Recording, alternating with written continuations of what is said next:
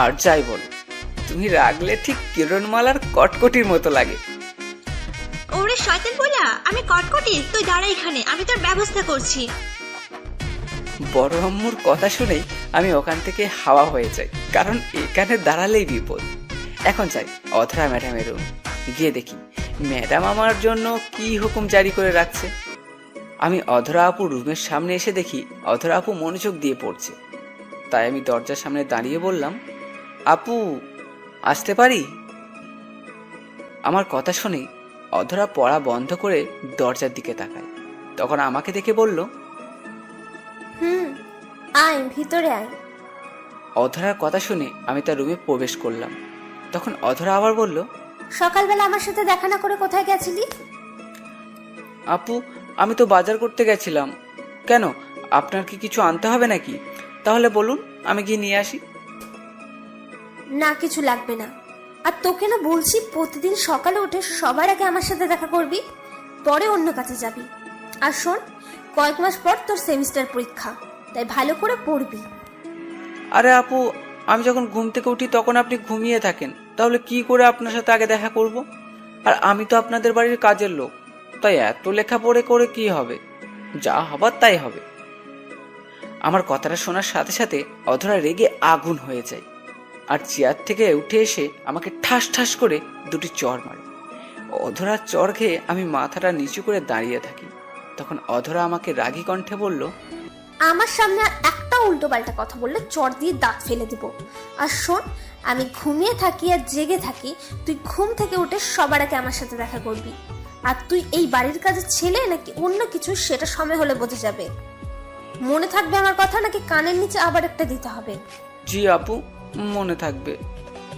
এখন চুপ করে রুমে গিয়ে পড়তে বস, একটু পরে একসাথে কলেজে যাব। আমি আর কথা না বাড়িয়ে চুপচাপ অধরা রুম থেকে বেরিয়ে আসি, কারণ এখন কথা বললেই কথার সাথে মার ফ্রিতে পাবো। এই বাড়িতে আমি কাউকে এত ভয় পাই না যতটা অধরাকে পাই। তাই সবসময় চেষ্টা করি তার কাছ থেকে পালিয়ে বেড়াতে। আগে আমার সাথে এমন করতো না, কিন্তু আজ প্রায় 6 মাস হলো মানুষটার আমার সাথে ব্যবহারটা পাল্টে গেছে। এখন আমার লেখাপড়া, চলাফেরা সব কিছুর কৈফিয়ত তার কাছে দিতে হয়। আর আমার লেখাপড়া নিয়ে অধরা যতটা চিন্তা করে, যদি নিজের লেখাপড়া নিয়ে এতটা চিন্তা করতো, তাহলে পরীক্ষায় একসাথে 2টা গোল্ডেন A+ পাইতো। কিন্তু কে শোনে কার কথা? আমি নাকি রেজাল্ট খারাপ করলে তার অনেক বড় লস হয়ে যাবে, তাই আমার ওপর তার এই অত্যাচার। তারপর আমি রুমে এসে কিছুক্ষণ মনোযোগ দিয়ে লেখাপড়া করি। কিছুক্ষণ পরে আমার ছোট্ট নবাব এসে বলে চাই খাবার খাওয়ার জন্য, আর তাই আমি কলেজের জন্য একেবারে রেডি হয়ে চলে যাই খাবার খেতে। তারপর আমি সবার সাথে বসে খাবার খেয়ে নিই। পরে আমি আর অধরা আপু কলেজের উদ্দেশ্যে বেরিয়ে পড়ি। আমাদের বাসা থেকে কলেজ বেশি দূরে না, হেঁটে গেলে 20-25 মিনিট লাগে। তাই অধরা আপুর সাথে প্রতিদিন আমাকে হেঁটেই কলেজে যেতে হয়, আর আমাকে এক প্রকার তার গার্ড বলা যায়। আমি আর অধরা আপু হেঁটে হেঁটে কলেজে যাচ্ছি, আর অধরা আপু হাজারটা কথা বলছে, আর আমি শুধু শুনছি, আর মাঝে মধ্যে হ্যাঁ আর না এই 2 শব্দে তার কিছু কথার জবাব দিচ্ছি, কারণ বেশি কথা বললেই আবার গাল লাল করে দেবে। আমি আর অধরা আপু কিছু দূর যেতেই সামনে থেকে অধরা আপুর 2 বান্ধবী আমাদের সাথে যোগ দেয়। তাদের আমি আগে থেকেই চিনি, একজন হলো শিমলা আপু আর একজন হলো অন্তরা আপু। তারা দুজন আমাদের সাথে যোগ দেওয়ার কিছুক্ষণ পরে, শুভ্র, তোমাকে একটা কথা বলি। জি আপু বলেন। শুভ্র, তুমি কিন্তু দিনকে দিন সুন্দর হয়ে যাচ্ছ। তোমাকে দেখতে একদম প্রিন্সের মতো লাগে। কলেজের অনেকেই তো তোমার পর কাশ খায়। শিমলা আপুর কথা শুনে আমি কি উত্তর দেব ভেবে পাচ্ছি না, তাই মাথাটা নিচু করে দিয়ে তাদের সাথে হেঁটে যাচ্ছি। তখন পাশ থেকে অন্তরা আপু বলল, একদম ঠিক বলেছিস শিমলা। শুভ্রকে দেখে মনেই হয় না যে ও অধরাদের বাড়ির কাজে ছেলে। দেখতে যেমন সুন্দর আর স্মার্ট, আর সাথে নামটাও দারুণ, শুভ্র। ওদের কথা শুনে আমার মুখ দিয়ে কোনো কথাই বের হচ্ছে না। তখন আমি অধরার দিকে তাকাতে দেখি অধরার ফর্সা মুখটা রাগে লাল হয়ে গেছে। আর তখন অধরা আমাকে বলল, শুভ্র, তুই কলেজে চলে যা, আমি ওদের সাথে আসতেছি। অধরার কথা শুনে পাশ থেকে অন্তরা আপু বলল, কেন অধরা? শুভ্র একা যাবে কেন? আমাদের সাথেই যাক না। একসাথে কথা বলতে বলতেই যাই। অন্তরা আপুর কথা শুনে অধরা আপুর রাগটা মনে হয় আর একটু বেড়ে গেল। তখন অধরা বলল, শুভ্র, তোকে না বললাম চলে যেতে? তাহলে এখনো যাস না কেন? তাড়াতাড়ি যা, আমি কলেজে এসে তোর সাথে কথা বলবো। ঠিক আছে আপু, আপনারা সাবধানে আসেন, আমি গেলাম। কথাটা বলেই আমি সেখান থেকে একটু দ্রুত হেঁটে চলে আসি। আর অধরা আপু আর তার দুই বান্ধবী মিলে আস্তে আস্তে হেঁটে আসতে থাকে।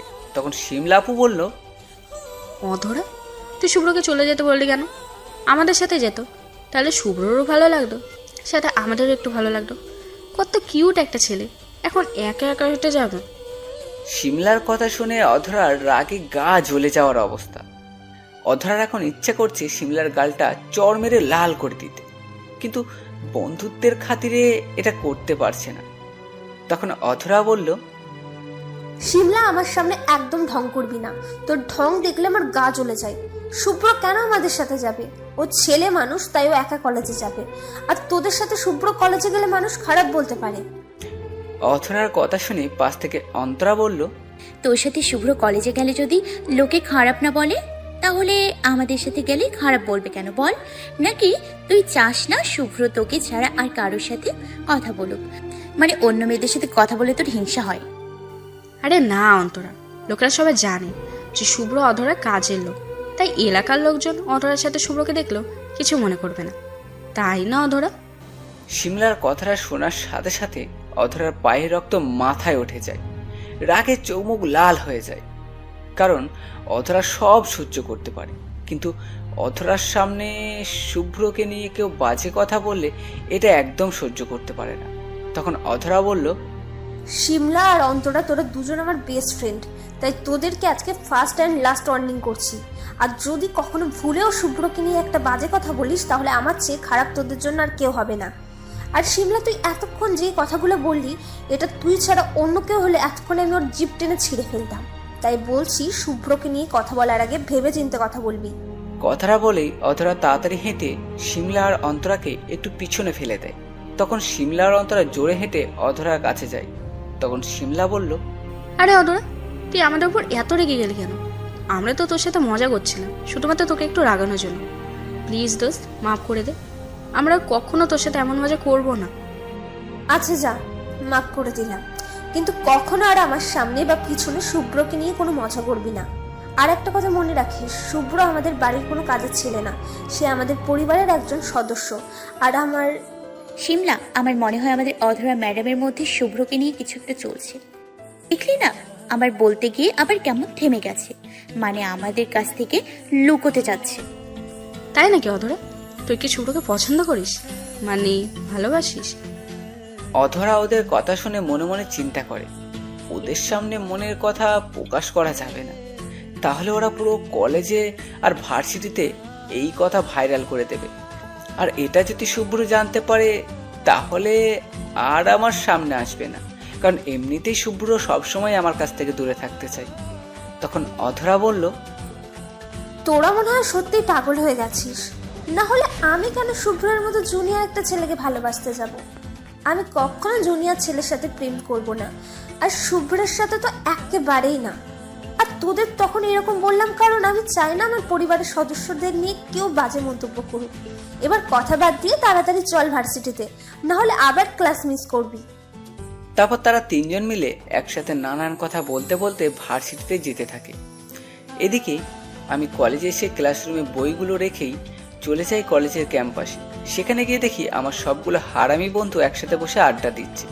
আর আমি তাদের কাছে যেতেই রুবেল বলল, তা আমাদের নায়ক সাহেবের এতক্ষণ আসার সময় হলো।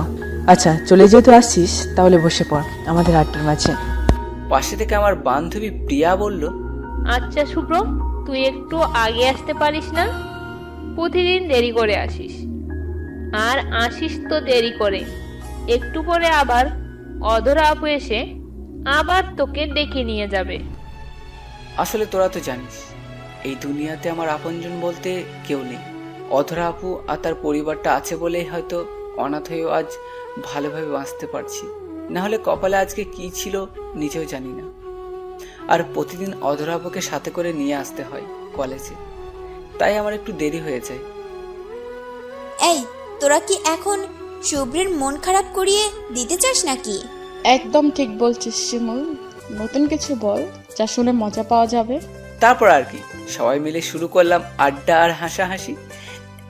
একজন এক এক রকম কথা বলছে আর সেটা নিয়ে সবাই মিলে হাসাহাসি করছি। অন্যদিকে অধরা ভার্সিটিতে এসে মনে মনে শুভ্রকে খুঁজতে থাকে। পরে খেয়াল করে দেখে শুভ্র তার কলেজের ক্যাম্পাসে কয়েকটা ছেলে মেয়ে নিয়ে একসাথে বসে আড্ডা দিচ্ছে। তখন অধরা আমার কাছে এসে বলল, শুভ্র এদিকে আয়, তোর সাথে কথা আছে। আমি সবার সাথে বসে গল্প করছিলাম, এমন সময় অধরা আপুর গলা আওয়াজ শুনতে পাই। তখন পিছনে তাকিয়ে দেখি আপু দাঁড়িয়ে আছে। তখন আমি অধরা আপুর কাছে গিয়ে বললাম, জি আপু বলে, আপনার কি কিছু এনে দেওয়া লাগবে? না, তুই আমার সাথে আয়, কথা আছে তোর সাথে। জি আপু চলেন। তারপর আমি অধরা আপুর পিছে পিছে কলেজের মাঠের অন্য পাশে যাই। আর সেখানে যাওয়ার পর অধরা বলল, শুভ্র আমার সামনে এসে দাঁড়া। আমি তার কথা শুনে যেই তার সামনে গিয়ে দাঁড়াই, আর সাথে সাথে অধরা আপু আমার বাম গালে ঠাস করে একটা চড় বসিয়ে দিল। তারপর অধরা আবার বলল, কলেজে কেন আসিস? মেয়েদের সাথে বসে আড্ডা দেওয়া আর এমন হেসে হেসে কথা বলার জন্য? ক্লাস নাই তোর? জি আপু আছে, কিন্তু এখনো ক্লাস শুরু হতে দেরি আছে। আর ওই মেয়েগুলো আমার ভালো বন্ধু, তাই তাদের সাথে গল্প করি। আমি না তোকে বলছি তোর কোনো মেয়ে বন্ধু থাকবে না? তাহলে ওদের সাথে কেন মিশতে গেলি? মনে রাখিস, আমি ছাড়া যেন কোনো মেয়ে তোর আশেপাশে না দেখি, আর যদি দেখি তাহলে তোর খবর আছে। জি আপু তাই হবে। তাহলে এখন সোজা ক্লাসে যা, গিয়ে বই নিয়ে পড়তে বস, আর একদম মেয়ে মানুষের সাথে কথা বলবি না, এমনকি কোনো মেয়ের দিকে তাকাবিও না। আর টিফিন টাইমে আমি কল দিলে সোজা ক্যান্টিনে চলে আসবি। এখন ক্লাসে যা। আমি আর কিছু না বলে মাথাটা নিচের দিকে দিয়ে ক্লাসে যেতে থাকি। আর আমি এটাও জানি, যতক্ষণ পর্যন্ত আমি ক্লাসে না ঢুকি অধরা ততক্ষণ আমার দিকে ঈগল পাখির মতো নজর রাখবে। তাই আমিও আর ডানে বামে না তাকিয়ে ক্লাসে চলে আসি। ক্লাসে এসে বন্ধুদের সাথে চুপটি করে বসে একটু বই নিয়ে ঘাটাঘাটি করতে থাকি। আর একটু পরে ক্লাসে স্যার আসলে মনোযোগ দিয়ে ক্লাস করতে থাকি। আর এভাবেই দেখতে দেখতে টিফিনের আগ পর্যন্ত সবগুলো ক্লাস শেষ করি। আর ক্লাস শেষ করে মোবাইলটা হাতে নিতেই দেখি অধরা আপু 3 বার কল দিয়েছে। আর তাই আমিও আর কোনো দেরি না করে ক্যান্টিনে চলে আসি। আর আমি ক্যান্টিনে এসে দেখি অধরা, শিমলা, অন্তরা সহ আরও কয়েকজন আপু একসাথে বসে আছে। আর আমি তাদের সামনে যাওয়ার সাথে সাথে অধরা বলল, শুভ্র, তোকে 3 বার কল দিলাম, কল রিসিভ করিস না কেন? আপু ক্লাসের মধ্যে ফোন সাইলেন্ট করে রাখি তো, তাই বুঝতে পারিনি আপনি কল দিয়েছেন। আচ্ছা ঠিক আছে, পরবর্তীতে যেন আর এমন না হয়। এখন বস, আর কি খাবি অর্ডার কর। আপনি যা খুশি অর্ডার দিন, আমার একটা হলেই হলো। আমার কথা শুনে অধরা নিজের পছন্দ মতো কিছু খাবার অর্ডার করলো। তারপর খাবার আসলে আমি অধরার পাশে বসে চুপটি করে খাবার খেতে থাকি। আমরা সবাই মিলে যখন খাবার খাচ্ছি তখন খাবারের মাঝখানে শিমলা আপু আমাকে উদ্দেশ্য করে বলল, শুভ্র, শুনলাম তুমি নাকি কার সাথে প্রেম করো? শিমলা আপুর কথা শোনার সাথে সাথে আমার গলার মাঝে খাবার আটকে যায় আর আমি কাশতে থাকি। এমন অবস্থা দেখে অন্তরা আপু 1 গ্লাস পানি আমার দিকে এগিয়ে দিয়ে বলল। আমি পানিটা এক নিঃশ্বাসে শেষ করে অধরা আপুর দিকে তাকাই। তখন আমি দেখি অধরা আপু খাবার বাদ দিয়ে আমার দিকে চোখ বড় বড় করে তাকিয়ে আছে, হয়তো আমি কি বলি এটা শোনার জন্য। তখন আমি বললাম, না না আপু, আপনি যেটা শুনছেন সেটা একদম ভুল। আমি কারোর সাথে প্রেম করি না, আপনাকে কেউ হয়তো আমার নামে মিথ্যা বলছে। আমি কথাটা বলেই অধরা আপুর দিকে তাকাই, কারণ শিমলা আপুর কথা শুনে অধরা আপু আমার দিকে যেভাবে তাকাইছে মনে হচ্ছে আমাকে এক্ষুনি কাঁচা চিবিয়ে খাবে। আমার কথা শুনে অধরা আপুর মুখ থেকে রাগের ঝাপটা চলে গিয়ে হালকা হাসি ফুটে ওঠে। তখন পাশ থেকে অন্তরা আপু বলল, কেন প্রেম করো না? আজকাল তো সবাই প্রেম করে, আর তোমার উপর তো কলেজের অনেক সিনিয়র ও জুনিয়র মেয়েরাই ক্রাশ খেয়ে আছে। তাদের মাঝখান থেকে একজনকে বেছে নিয়ে প্রেম একটা করেই ফেলো। অন্তরা আপুর কথা শুনে আমি আবার অধরা আপুর দিকে তাকাই। তখন দেখি অধরার ফর্সা মুখটা রাগে লাল হয়ে আছে আর আমার দিকে রাগীভাবে তাকিয়ে আছে। তখন আমি বললাম, না না আপু, আমি কখনো প্রেম ভালোবাসায় জড়াবো না। আপনারা হয়তো জানেন আমার এই পৃথিবীতে আপন বলতে কেউ নেই। আর যদি অধরা আপুরা আমাকে আশ্রয় না দিত তাহলে কি অবস্থা হতো আমি নিজেও জানি না। তাই জীবনে এমন কোনো কাজ করব না যাতে করে অধরাপুর পরিবারের কোনো প্রকার অসম্মান হয়। কথাটা বলে আমি অধরাপুর দিকে তাকিয়ে দেখি আপু আমার দিকে অবাক হয়ে তাকিয়ে আছে। তখন অধরা আপু বলল, শুভ্র, তোর খাওয়া শেষ হয়েছে? শেষ। তাহলে ক্লাসে যা, আর ছুটি হলে গেটের সামনে আমার জন্য অপেক্ষা করবি। আচ্ছা ঠিক আছে। কথাটা বলে যেই আমি সেখান থেকে চলে যেতে যাচ্ছি ঠিক তখনই পিছন থেকে অন্তরা আপু বলল, শুভ্র, তোমার ফোন নাম্বারটা দাও তো। কেন আপু? আমার ফোন নাম্বার দিয়ে আপনি কি করবেন? কেন, ফোন নাম্বার দিতে কি কোনো প্রবলেম আছে নাকি? আর যদি কেউ তোমাকে না করে তাহলে থাক, দেয়া লাগবে না। না না, সমস্যা নেই। 019 এটা আমার ফোন নাম্বার দিয়ে আমি সেখান থেকে তাড়াতাড়ি চলে আসি। কারণ আমি যখন অন্তরা আপুকে আমার নাম্বার দিই তখন অধরা আপু বারবার আমাকে চোখের ইশারায় মানা করছিল। আর এটাও জানি এর জন্য আমার কপালে কষ্ট আছে, কিন্তু আমার তো কিছু করার ছিল না। তারপর সেখান থেকে আমি সোজা ক্লাসে চলে আসি। ক্লাসে এসে বন্ধুদের সাথে গল্প করে আর এক এক করে বাকি ক্লাসগুলো শেষ করি। তারপর কলেজ ছুটি হলে আমি কলেজ গেটের সামনে এসে অধরা আপুর জন্য অপেক্ষা করতে থাকি। একটু পরে দেখি অধরা আপু খুব দ্রুত পায়ে হেঁটে আসছে আর আমার কাছে এসে বলল, তাড়াতাড়ি একটা রিক্সা ডাক। আজকে কি রিক্সা করে বাসায় যাবেন? কুত্তা বেশি কথা না বলে তোকে যা করতে বলেছিস সেটা কর। অধরা আপুর এমন রাগ দেখে আমি আর ভয়ে ওনাকে কিছু জিজ্ঞাসা করিনি। তখন তাড়াতাড়ি করে একটা রিক্সা ডেকে এনে আমি বললাম, এই যে আপু, রিক্সা এসে গেছে, আপনি এখন যান। অধরা আপু রিক্সায় উঠে বসলে আমি সেখান থেকে হেঁটে চলে যেতে থাকি। তখন অধরা বলল, ওই তুই কোথায় যাস? আপু আপনি রিক্সা নিয়ে চলে যান, আমি হেঁটে চলে আসব। তোর হেঁটে যাওয়া লাগবে না, রিক্সায় ওঠ, একসাথে যাব। না আপু, আপনি রিক্সায় একাই যান, আমি হেঁটে চলে যেতে পারবো। কথাটা বলেই আমি যেই সামনের দিকে হাঁটা ধরলাম ঠিক তখন কে যেন পিছন থেকে আমার শার্টের কলার ধরে টেনে নিয়ে যাচ্ছে।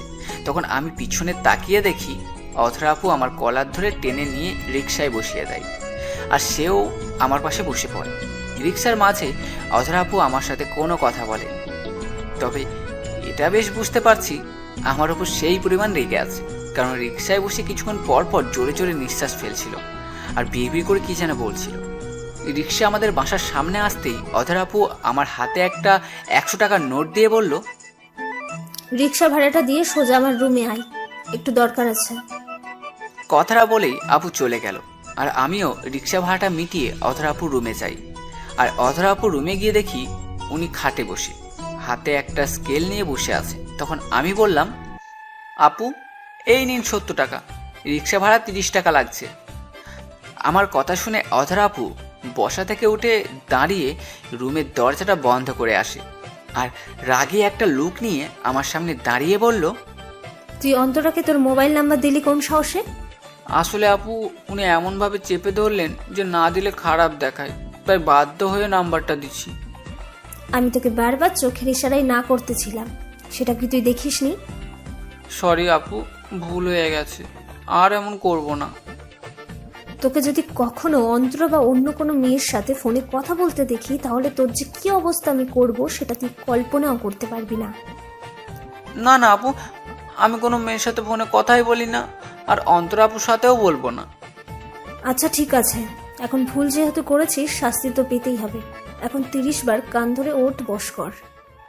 আপু শরীরটা অনেক ক্লান্ত লাগছে, আজকের মতো মাফ করে দেন, আর এমন করব না। তোর মুখে আপু ডাকটা শুনতে বিষের মতো লাগে আমার, আর যদি কথায় কথায় আপু ডাকিস তাহলে তোর খবর আছে। এখন কথা না বাড়িয়ে ওঠ বস শুরু কর, নাহলে তোর খবর আছে এখন। অধরা আপুর এমন কথা শুনে আমিও কান ধরে উঠবস করা শুরু করি, কারণ যেহেতু একবার বলেছে করতে হবে তাহলে করতেই হবে। আমি কান ধরে ওঠা বসা করছি আর অধরা গুনতেছে। এভাবে 20 বার করতেই আমার সারা শরীর ঘেমে গেছে। তখন অধরা আমাকে থামিয়ে দিয়ে নিজের ওড়না দিয়ে আমার মুখ ও কপালে ঘাম মুছে দেয়। তখন অধরা বলল, শুভ্র তুই জানিস আমি একটু বেশি রাগি, তাই আমার কথার বাইরে একদম যাবি না। আমি যা বললাম তুই তাই করবি, আর অন্তরা কল দিলে একদম ধরবি না। এখন যা, গিয়ে ফ্রেশ হয়ে খেতে আয়, একসাথে খাবো। আমি আর কিছু না বলে সেখান থেকে সোজা আমার রুমে চলে আসি। রুমে এসে একটু রেস্ট নিয়ে ফ্রেশ হতে চলে যাই। তারপর ফ্রেশ হয়ে এসে চলে যাই খাবার খেতে। সেখানে অধরা আপু আর আমি একসাথে খাবার খেয়ে আমি আমার রুমে চলে আসি। পরে বিকালের দিকে বাড়ির কিছু টুকটাক কাজ করে আর ছোট নবাবের সাথে খেলাধুলো করেই দিনটা পার করে দিই। সন্ধ্যার সময় বই নিয়ে পড়তে বসি, আবার 9টার সময় খাবার খাওয়ার জন্য ডাকে। সবার সাথে বসে খাবার খাওয়ার পরে আমি একটু ছাদে যাই। আসলে গরমের সময় রাতে ছাদের ওপর বসে হাওয়া খাওয়ার মজাই আলাদা। তাই ছাদের এক কোণায় দাঁড়িয়ে আকাশের তারা দেখছি আর হাওয়া খাচ্ছি। এমন সময় হঠাৎ একটা নাম্বার থেকে মিস কল আসে। তাকিয়ে দেখি নাম্বারটা আমার অপরিচিত। ভাবলাম হয়তো ভুল করে কল চলে এসছে, কিন্তু একটু পরে সেই নাম্বার থেকে আবার কল আসলো। তখন আমি কলটা রিসিভ করতেই একটা মেয়ে বলল, তুমি কি শুভ্র? হ্যাঁ, কিন্তু আপনি কে? আপনাকে তো চিনলাম না। শুভ্র, আমি অন্তরা। আজকে না তোমার নম্বর নিলাম। ও আপু, আপনি? তা এত রাতে কি মনে করে কল দিলেন? কিছু মনে করি না, এমনি তোমার খোঁজ খবর নেওয়ার জন্য কল দিলাম। কেন, তুমি কি বিরক্ত হচ্ছ নাকি? তাহলে বলো, রেখে দিই। না না আপু, বলেন, সমস্যা নেই। আসলে একজন মানুষকে কি করে মুখের উপর না করে দিই যে আপনি কল দেবেন না, এটা কেমন খারাপ দেখায়। তাই ইচ্ছা না থাকা সত্ত্বেও অন্তরা আপুর সাথে টুকটাক কথা বলছিলাম। আমি যখন অন্তরা আপুর সাথে কথা বলছি, ঠিক তখনই কে যেন পিছন থেকে এসে আমার হাত থেকে মোবাইলটা কেড়ে নেয়। আর আমি পিছনে তাকিয়ে যাকে দেখি, তাকে দেখে আমার গলা শুকিয়ে কাঠ হয়ে যায়। কারণ সেই মানুষটি হলো অধরা আপু। আমি অধরা আপুর দিকে তাকিয়ে দেখি আপু আমার মোবাইলটা হাতে নিয়ে রাগীভাবে আমার দিকে তাকিয়ে আছে। আর এমন রাগীভাবে তাকানো দেখে ভয়ে আমি নিচের দিকে তাকিয়ে থাকি। তখন অধরা আপু আমাকে বলল, তুই এতক্ষণ কার সাথে কথা বলছিলি? অধরার কথা শুনে ভয়টা আরও বেড়ে গেল। এখন যদি আমি বলি যে অন্তরা আপুর সাথে কথা বলছিলাম, তাহলে আমার খবর করে ছেড়ে দেবে। কারণ অধরা কোনো মেয়ের সাথে আমার কথা একদম দেখতে পারে না। তখন আমি বললাম, আপু আমি তো বন্ধুর সাথে কথা বলছিলাম। আমার কথা শুনে অধরা বলল, তোর কোন বন্ধুর সাথে কথা বলছিলি? শিমুলের সাথে কথা বলছিলাম। ভয়ের চোটে মিথ্যা বললাম। তবে আমার কথাটা শুনে মনে হয় অধরা বিশ্বাস করতে পারছে না। তখন অধরা আমার ফোনে কি যেন চেক করতে লাগলো। তারপর কিছু সময় আমার মোবাইল ঘাটাঘাটি করে আমাকে বলল, এটা তো শিমুলের নাম্বার না, কারণ আমি তো তোর সব বন্ধুর নাম্বার জানি। আর এটা দেখে মনে হয় নতুন নাম্বার। সত্যি করে বল শুভ্র, তুই কোন মেয়ের সাথে কথা বলছিলি? অধরা আপুর এমন রাগ দেখে আমার অবস্থা খারাপ হয়ে গেছে। এখন যদি সত্যিটা আপুকে বলে দিই তাহলে আমাকে শেষ করে দেবে। তখন আমি বললাম, না আপু, বিশ্বাস করো, আমি কোনো মেয়ের সাথে কথা বলিনি। এটা শিমুলের নতুন নাম্বার, তাই আপনি চিনতে পারছেন না। বিশ্বাস না হলে আপনি কালকে কলেজে গিয়ে শিমুলকে জিজ্ঞেস করে দেখবেন। আমার কথা শুনে অধরা আপু কিছুক্ষণ কি যেন ভাবলো। তারপর আমার হাতে মোবাইলটা দিয়ে বলল, ঠিক আছে, তুই এখন রুমে যা, কালকে আবার কলেজ আছে। অধরা আপুর কথা শুনে আমি আর কিছু না বলে মোবাইলটা নিয়ে ছাদে থেকে জলদি নিচে নেমে আসি। তবে মনে মনে চিন্তা, অধরা আপু হঠাৎ এমন নরম ব্যবহার করলো কেন? তার মনে মনে কি চলছে ঠিক বুঝতে পারছি না। তবে তার হাত থেকে নিজেকে বাঁচানোর জন্য সাথে সাথে শিমুলকে কল দিয়ে বলি, যদি অধরা আপু তাকে কল করে সে যেন বলে আমি ওর সাথে কথা বলছিলাম আর ওই নাম্বারটা ওরই ছিল। তারপর সেখান থেকে নিচের রুমে এসে আরো কিছুক্ষণ লেখাপড়া করে ঘুমিয়ে পড়ি। তবে মনে মনে শুধু একটাই ভয় কাজ করছিল, অধরা আপু যেন সত্যিটা জানতে না পারে। পরের দিন সকালে ঘুম থেকে উঠে প্রথমে অধরা আপুর সাথেই দেখা করি, কারণ সে বলেছে ঘুম থেকে উঠে সবার আগে যেন তার সাথেই দেখা করি। তারপর বাসার কিছু প্রয়োজনীয় টুকটাক কাজ করি। কাজ শেষ করে সবাই মিলে একসাথে নাস্তা করি। নাস্তা শেষ হলে আমি আর অধরা আপু কলেজে যাওয়ার জন্য বেরিয়ে পড়ি। তবে আজ কলেজে যাওয়ার সময় অধরা আপু আমার সাথে তেমন কোনো কথা বলছে না। যখনই তার মুখের দিকে তাকাই তখনই মনে হয় অধরা মনে মনে কিছু একটা ভাবছে। আর আমিও ভয়ে তাকে কিছু জিজ্ঞাসা করিনি, কারণ কখন আবার রেগে যায় কে জানে। আজ আমি আর অধরা আপু দুজনেই কলেজে আসি। রাস্তায় আপুর বান্ধবীদের সাথে দেখা হয়নি। আর আমিও মনে মনে এই দোয়াটাই করছিলাম যেন তাদের সাথে দেখা না হয়, কারণ বলা তো যায় না যদি দেখা হলে সত্যিটা বেরিয়ে যায়। তারপর আমি আর অধরা আপু কলেজে আসলে অধরা বলল, শুভ্র, সোজা ক্লাসে যাবি, বাইরে এসে যেন কোনো মেয়ের সাথে আড্ডা দিতে না দেখি। আচ্ছা ঠিক আছে, আর প্রয়োজন পড়লে কল দিয়েন।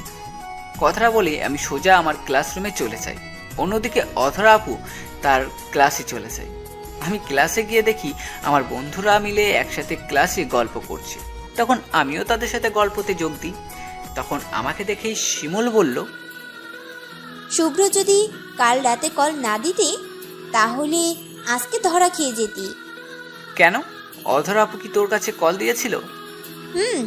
তোর সাথে কথা বলার একটু পরেই আপু আমাকে কল করে জিজ্ঞাসা করছে তুই কি আমার সাথে কথা বলছিলি নাকি। তখন আমি বলছি হ্যাঁ, শুভ্র আমার সাথেই কথা বলছিল। সুন্দর করে বলেছিস তো, নাকি আপু আবার বুঝে যাবে? আরে বেটা, অধরা আপু জীবনও বুঝতে পারবে না যে আমি তাকে মিথ্যা বলছি। আর তুই তো জানিস আমি মিথ্যায় নোবেল পাইছি। না বুঝতে পারলেই ভালো। যদি বুঝে যায় তাহলে আমার সাথে তোরও বিপদ আছে, মনে রাখিস। তারপর আমরা ক্লাসের মাঝে বসে সবাই মিলে গল্প করতে থাকি বিভিন্ন বিষয় নিয়ে। আর একটু পরে ক্লাসে স্যার আসলে আমি ক্লাসে মনোযোগ দিই। অন্যদিকে অধরা রাতে আমি কার সাথে কথা বলছি এটা জানার জন্য অস্থির হয়ে আছে, কারণ অধরার কেন জানি বিশ্বাস হচ্ছে না আমি আমার বন্ধু শিমুলের সাথে কথা বলছি নাকি।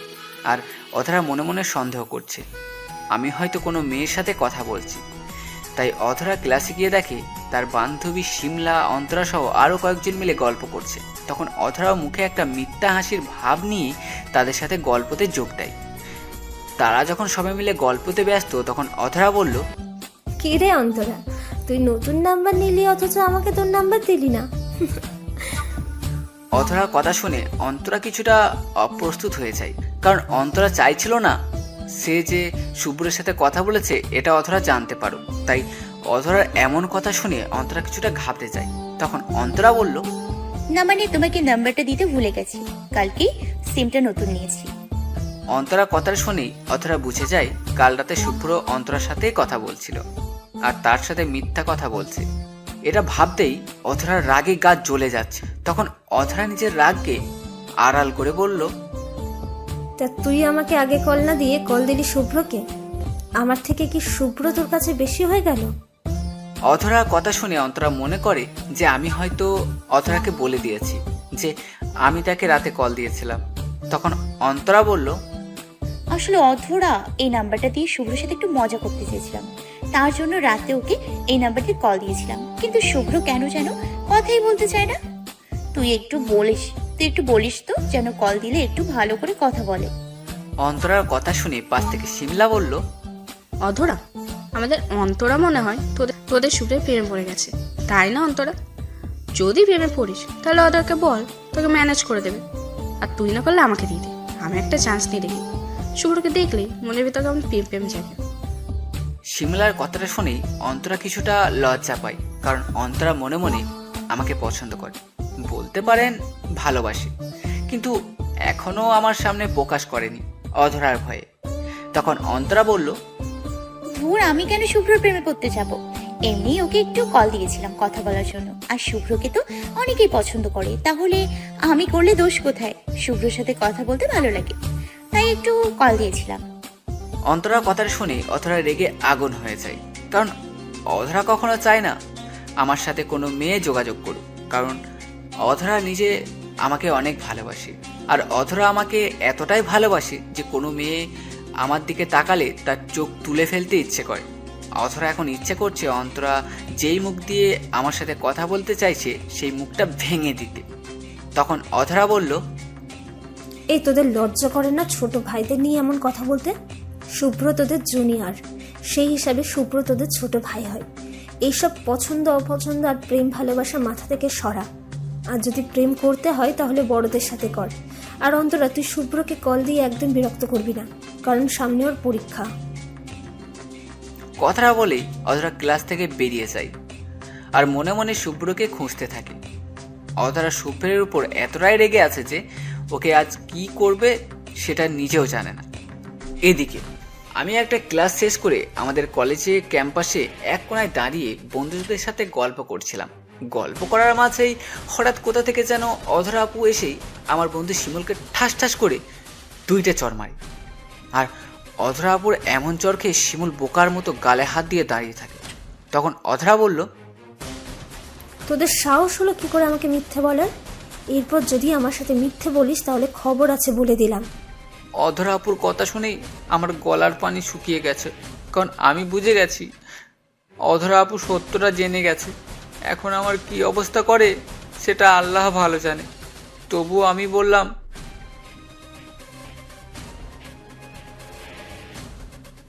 আমার কথা শুনেই অধরার চোখগুলো লাল করে আমার দিকে তাকায় আর রাগে গড়গড় করতে করতে বলল, কেন মারছি তোকে সেটা বাসায় নিয়ে বুঝাবো।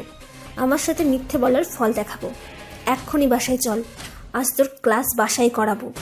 কলেজ তো এখনই ছুটি হবে না, আর আপনার ক্লাস আছে না?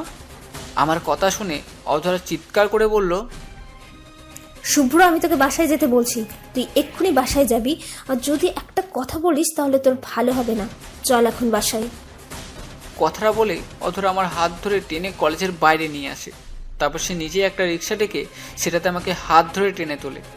সারা রাস্তা আমার হাত শক্ত করে ধরে রাখে যেন আমি পালাতে না পারি। সারা রাস্তা বিড়বিড় করে কি যেন বলতে বলতে বাসার সামনে আসে। রিক্সা থেকে নেমেই আমার হাত ধরে টানতে টানতে অধরা নিজের রুমে নিয়ে যায়। তারপর আমি অধরার সামনেই চোখ বন্ধ করে দাঁড়িয়ে থাকি, কিন্তু কিছুক্ষণ হয়ে গেল অধরার কোনো সারা শব্দ পাচ্ছি না। আছে নাকি চলে গেছে বুঝতে পারছি না। তারপর হঠাৎ করে মনে হলো কেউ একজন তার হাত দিয়ে আমার চোখ দুটো আটকানোর চেষ্টা করছে। আমি বেশ বুঝতে পারছি এটা অধরা, কিন্তু সে কি করতে চাচ্ছে সেটা বুঝতে পারছি না। তারপর আস্তে আস্তে মনে হচ্ছে অধরার নিঃশ্বাস আমার মুখের ওপর পড়তে লাগলো, আর আমি কিছু বুঝে ওঠার আগেই অধরা আমার দু গালে দুইটা কিস করে বসে, যেটার জন্য আমি মোটেও প্রস্তুত ছিলাম না। আমি কখনো কল্পনাও করতে পারিনি অধরা আমার সাথে এমন কিছু করবে। অধরা আমাকে কিস করে একটা মিষ্টি হাসি দিয়ে দৌড় মারে আমার রুম থেকে বেরিয়ে যায়। আর আমি বোকার মতো ওখানেই চুপচাপ দাঁড়িয়ে থেকে ভাবতে থাকি এখন আমার সাথে এটা কি হলো। অধরা কেন আমার সাথে এমনটা করলো? এটা যদি পরিবারের কেউ দেখতো তাহলে আমাকে তারা কি মনে করতো? এটা মাথায় আসতেই আমার শরীর ঘামতে শুরু করে দেয়। আমি যখন একটু ঘটে যাওয়া বিষয়টা নিয়ে নানান চিন্তায় ব্যস্ত, ঠিক তখনই চেয়ে দেখি আমার সামনে অধরার ছোট ভাই মানে আয়ান, যাকে আমি ছোট নবাব বলে ডাকি, সে দাঁড়িয়ে মিটিমিটি করে হাসছে। তখন আমি আয়ানকে বললাম, কি ছোট নবাব, আজ এত খুশি কেন, এত হাসছো যে? শুভ্র ভাইয়া, অধরা আপু তোমাকে চুমু দিতে বলেছে তাই না? ছোট নবাবের কথা শুনে এবার আমার সত্যি সত্যি গলা শুকিয়ে গেছে। ও কি করে জানলো যে অধরা আমাকে কিস করেছে? আর সব থেকে বড় কথা, এই কথা যদি বড় আম্মু জানতে পারে তাহলে সারা জীবনের জন্য তাদের কাছে ছোট হয়ে যাব। তখন আমি বললাম, ছোট নবাব, তোমাকে কে বলেছে অধরা আপু আমাকে কিস করেছে? এটা একদম মিথ্যা কথা। শুভ্র ভাইয়া, তুমি মিথ্যা বলছো। আমি জানলার পাশে দাঁড়িয়ে সব দেখেছি আপু তোমার সাথে কি কি করেছে। আর তোমার গালে এখনো আপুর লিপস্টিকের দাগ লেগে আছে। আয়ানের কথা শুনে তাড়াতাড়ি গালে হাত দিয়ে দেখি সত্যি সত্যি আমার গালে গোলাপি কালারের লিপস্টিক লেগে আছে। তার মানে আয়ান সত্যি সত্যি সব দেখেছে। তখন আয়ানকে বোঝানোর জন্য বললাম, আসলে ছোট নবাব, অধরা আপু আমার সাথে দুষ্টুমি করে এমন করেছে। তুমি এটা আবার কাউকে বলো না কেমন? আমি তোমার জন্য বাজার থেকে কিটক্যাট চকলেট নিয়ে আসবো। আচ্ছা, বলবো না, তবে অনেকগুলো আনতে হবে কিন্তু। আচ্ছা যাও, তোমার জন্য অনেকগুলো চকলেট আনবো। আমার কথা শুনে ছোট নবাব খুশি হয়ে চলে যায়। আর আমি মনে মনে চিন্তা করি এখন থেকে যতটুকু সম্ভব অধরার কাছ থেকে দূরে থাকবো, কারণ দিনকে দিন অধরার আমার সাথে করা আচরণগুলো বেশ অন্যরকম লাগে, যা পরিবারের কেউ দেখলে অন্য কিছু ভাবতে পারে। পরে আমি সেখানে থেকে বাইরে চলে আসি। বাইরে গিয়ে বাসার কিছু টুকটাক কাজ করি। এভাবেই সারাদিন বাসার কাজ আর ছোট নবাবের সাথে খেলা করে সেদিনের মতো দিনটা পার হয়ে যায়। তবে এর মাঝে অধরা কয়েকবার তার কাছে ডাকে, কিন্তু আমি অন্য কাজের বাহানা দেখিয়ে চলে আসি। আর এভাবেই দেখতে দেখতে বেশ কয়েকটা দিন চলে যায়। এখন আমি খুব বেশি প্রয়োজন ছাড়া অধরা আপুর কাছে যাই না। তার কাছ থেকে নির্দিষ্ট একটা দূরত্ব বজায় রেখে চলি, যেটা অধরা বেশ ভালোই করেই বুঝতে পারে। তাই আমি যত তার থেকে দূরে থাকি অধরা তত আমার কাছে আসতে চাই। এখন কলেজে গেলে আগের চাইতে আরো বেশি নজর রাখে আমার উপর। আজ কলেজে যাওয়ার জন্য আমি আর অধরা বাসা থেকে বের হই। মাঝ রাস্তায় এসে হঠাৎ অধরা থেমে যায় আর আমাকে বলে, শুভ্র, তুই ইদানিং আমাকে বেশ এড়িয়ে চলছিস। কোথায় এড়িয়ে চলছি? সবসময় তো আপনার আশেপাশেই থাকি। তুই কি ভাবিস আমি কিছু বুঝি না। আগের মতো তুই আমার সাথে কথা বলিস না। আমি 10টা প্রশ্ন করলে তুই একটা প্রশ্নের উত্তর দিস। আমি তোকে ডাকলে তুই অন্য কাজের বাহানা দিয়ে চলে যাস। এগুলো কেন করছিস আমার সাথে? তোর এমন ব্যবহার যে আমাকে খুব কষ্ট দেয়। আমি ঠিক মতো খেতে পারি না, ঘুমাতে পারি না। বল, কেন আমার কাছ থেকে দূরে থাকিস তুই? দেখেন আপু, আমি এখন যেটা করছি এটাই ঠিক। এখন আপনি বড় হয়েছেন, আমিও বড় হয়েছি। আপনার সাথে এত মিশে এখন ঠিক না, কারণ এতে মানুষ অন্য কিছু মনে করতে পারে।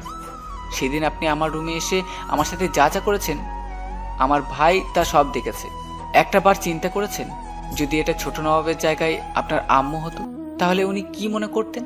তাই আমি সিদ্ধান্ত নিচ্ছি এখন থেকে সবসময় আপনার কাছ থেকে দূরে থাকবো।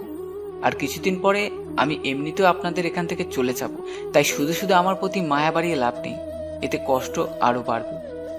আমি কথাগুলো বলার সাথে সাথে অধরা কাঁধ থেকে ব্যাগটা ফেলে দিয়ে আমার কাছে এসে আমার শার্টের কলারটা চেপে ধরে তখন বলল, যা বলছিস খুব বেশি বলে ফেলছিস, আর বলিস না। একটা কথা তুই ভালো করে জেনে রাখ, তোকে আমি সারা জীবন আমার চোখের সামনে দেখতে চাই, আর আমি তোকে সারা জীবন আমার চোখের সামনেই রাখবো। তার জন্য আমার যা করতে হয় তাই করব। আজ থেকে যদি আমার কাছ থেকে দূরে থাকিস বা থাকার চেষ্টা করিস, তাহলে ওই দিন তো তোর রুমে গিয়ে গালে কিস করেছি, এবার সবার সামনে তোর ঠোঁটে কিস করব। তখন দেখবি কেমন লাগে। শুভ্র, তুই শুধু আমার, আমি তোকে অন্য কারো হতে দিব না। আপু, আপনি এগুলো কি বলছেন বুঝতে পারছেন? ওই কুত্তা হারামি, তোকে না মানা করছি আমাকে আপু ডাকবি না। এখন থেকে আমাকে নাম ধরে ডাকবি, না হলে তোর খবর আছে বলে দিলাম। এটা সম্ভব না, আমি আপনাকে কখনো নাম ধরে ডাকতে পারবো না। আর আপনি কি শুরু করেছেন? আমি তো আপনার ছোট ভাইয়ের মতো। এখন যেটা করছি এটাই ঠিক, আর আমি কেন তোর সাথে এমন করছি তুই খুব ভালোভাবে বুঝতে পারছিস। না, আমি কিছুই বুঝতেছি না, আর বুঝতেও চাই না। দয়া করে আপনি আমার সাথে এমন করবেন না। আমি কার সাথে কেমন করব সেটা তোকে বলতে হবে না। আর কেন এমন করছি তুই যদি না বুঝিস সমস্যা নাই, খুব তাড়াতাড়ি তোকে বুঝিয়ে দেব। এখন আর কথা না বলে তাড়াতাড়ি কলেজে চল, না হলে ক্লাস মিস হয়ে যাবে। তারপর আমি আর কিছু না বলে অধরার সাথে কলেজে চলে আসি। তবে আমার মাথায় শুধু একটাই চিন্তা, অধরার এই আচরণ যদি বাড়ির মানুষ জানতে পারে তাহলে আমার অবস্থা কি হবে। এখন আমার কেন জানি মনে হচ্ছে অধরা মনে হয় আমাকে ভালোবাসে। না হলে আমি অন্য মেয়ের সাথে কথা বললে অধরা রেগে যায়, তার কথা না শুনলে আমার সাথে রাগ করে। আর একটু আগে রাস্তার মাঝে দাঁড়িয়ে যে কথাগুলো বলল, এতে তো স্পষ্ট বোঝাই যায় আমাকে নিয়ে অধরার মনে কিছু একটা চলছে, যেটা আমার জন্য সামনে একটা বিপদ ডেকে আনবে। কিন্তু অধরার মনে আমাকে নিয়ে যাই চলুক না কেন, তাকে নিয়ে আমার কোনো চিন্তা নেই। ছোট সময় থেকে তাকে আপুর মতো ভেবে আসছি। তাছাড়া তাদের পরিবারের কাছে আমি অনেক ঋণী। ক্ষণিকের একটা মোহে পড়ে তাদের সাথে কখনো বিশ্বাসঘাতকতা করতে পারবো না। তাই যতদিন আছি এখানে অধরা পাগলামিগুলো সহ্য করে নিতে হবে। আজকে কলেজে এসে কারোর সাথে তেমন কথা হয়নি। তারপর একে একে সবগুলো ক্লাস শেষ করে কলেজে ছুটি হয়ে যায়, আর আমি আর অধরা আপু মিলে বাসার দিকে যেতে থাকি। রাস্তায় আবারও অধরা হাজারটা কথা বলছে আমাকে, আর আমি শুধু চুপচাপ শুনে যাচ্ছি। তখন অধরা আমাকে বলল, এই শুভ্র, তোমাকে আমি এতগুলো কথা বললাম, তুমি এমন চুপ করে আছো কেন? আর এমন দূরে সরে আছো কেন? কাছে এসো। অধরার এমন কথা শুনে আমার কাশি চলে আসে। যে মেয়ে সারা জীবন আমাকে তুই করে বলে আসছে, একটু ভুল করলে মেরে তক্তা বানিয়ে দিত, সে এখন এমনভাবে কথা বলছে যেন আমি তার বয়ফ্রেন্ড বা জামাই লাগি। তখন আমি বললাম, আপু প্লিজ, আপনি এমনভাবে কথা বলবেন না, আমার বদ হজম হয়। আপনার মুখ থেকে শুধু আমি তুই শব্দটাই শুনে অভ্যস্ত, তাই আপনার মুখে তুমি ডাকটা শুনে আমার বদ হজম হচ্ছে। তার চেয়ে ভালো আপনি আমাকে তুই করেই ডাকেন। যদি তুইয়ের নিচে কিছু থাকে তাহলে সেটা বলে ডাকেন, তারপরও এমন তুমি করে ডাকবেন না দয়া করে। আমার এমন কথা শুনে অধরা চোখ বড় বড় করে আমার দিকে তাকিয়ে থাকে, যেন এখনই আমাকে এই চোখগুলো দিয়ে গিলে খাবে। অধরার এমনভাবে তাকানো দেখে আমি আবার বললাম, আপু প্লিজ, আপনি এমনভাবে তাকাবেন না আমার দিকে। আপনার এমন তাকানো দেখলে আমার ভয় লাগে। তার বরং যদি মারতে চান তাহলে দুইটা থাপ্পড় মারেন, কারণ আপনার এমন ভয়ঙ্কর তাকানোর চাইতে চর খাওয়া অনেক ভালো। আমার কথা শুনে অধরা বলল, রাস্তায় এত বকবক না করে তাড়াতাড়ি বাসায় চল, আমার শরীরটা কেমন জানি খারাপ লাগছে। অধরার এমন কথা শুনে আমি বেশ অবাক হলাম, কারণ আমার এতগুলো কথা শুনেও সে তেমন কোনো রিয়াকশন করলো না। বিষয়টা বেশ অবাক করা, তবে এটা আমার জন্যই ভালোই হলো। তখন আমি বললাম, আচ্ছা চলুন, বাসায় গিয়ে রেস্ট নিলেই ঠিক হয়ে যাবে। তারপর আমি আর অধরা বাসার দিকে যেতে থাকি। অন্যদিকে অধরা মনে মনে বলছে, কি ভাবছিস চাঁদু, আমি তোকে কিছু বলবো না? এমনি এমনি ছেড়ে দেবো তোকে? আমি তোকে তুমি করে বললে তোর বদ হজম হয়। আমার তাকানো তোর কাছে ভয়ঙ্কর লাগে, তার চাইতে তোকে থাপ্পড় দেওয়া ভালো। আর আমাকে বারবার আপু বলা তোকে আর ছুটা। একবার বাসায় নিয়ে যাই, তারপর তোর ঠোঁটগুলো আজ কামড়ে ছিঁড়ে ফেলবো, যেগুলো দিয়ে বেশি পটর পটর করিস তুই। আমি যে তোকে ভালোবাসি সেটা আজ বুঝিয়ে দেব। অধরা কথাগুলো মনে মনে বলছে আর আমার দিকে রাগে ফুলছে। এদিকে আমি আর অধরা অল্প কিছুক্ষণের মাঝেই বাসায় চলে আসি। তবে বাকি রাস্তায় অধরা আমার সাথে কোনো কথা বলেনি। এতে আমার কি যে শান্তি লাগছে সে বলে বোঝাতে পারবো না। কিন্তু তাকে দেখে মনে হচ্ছিল সারা রাস্তা অধরা কি যেন মনে মনে ভাবছিল, তবে সেটা জানার আমার কোনো আগ্রহই নেই। আমি আর অধরা যখন গেট দিয়ে বাসার ভিতরে যাই, তখন আমি বললাম, আপু আপনি রুমে গিয়ে রেস্ট করুন, আর যদি বেশি খারাপ লাগে তাহলে বলবেন, ডাক্তারকে খবর দেবো আসার জন্য। হুম। এটা বলেই যে আমি বাসার রুমের দিকে যাচ্ছি, তখন পিছন থেকে একটা চিৎকার আওয়াজ শুনি।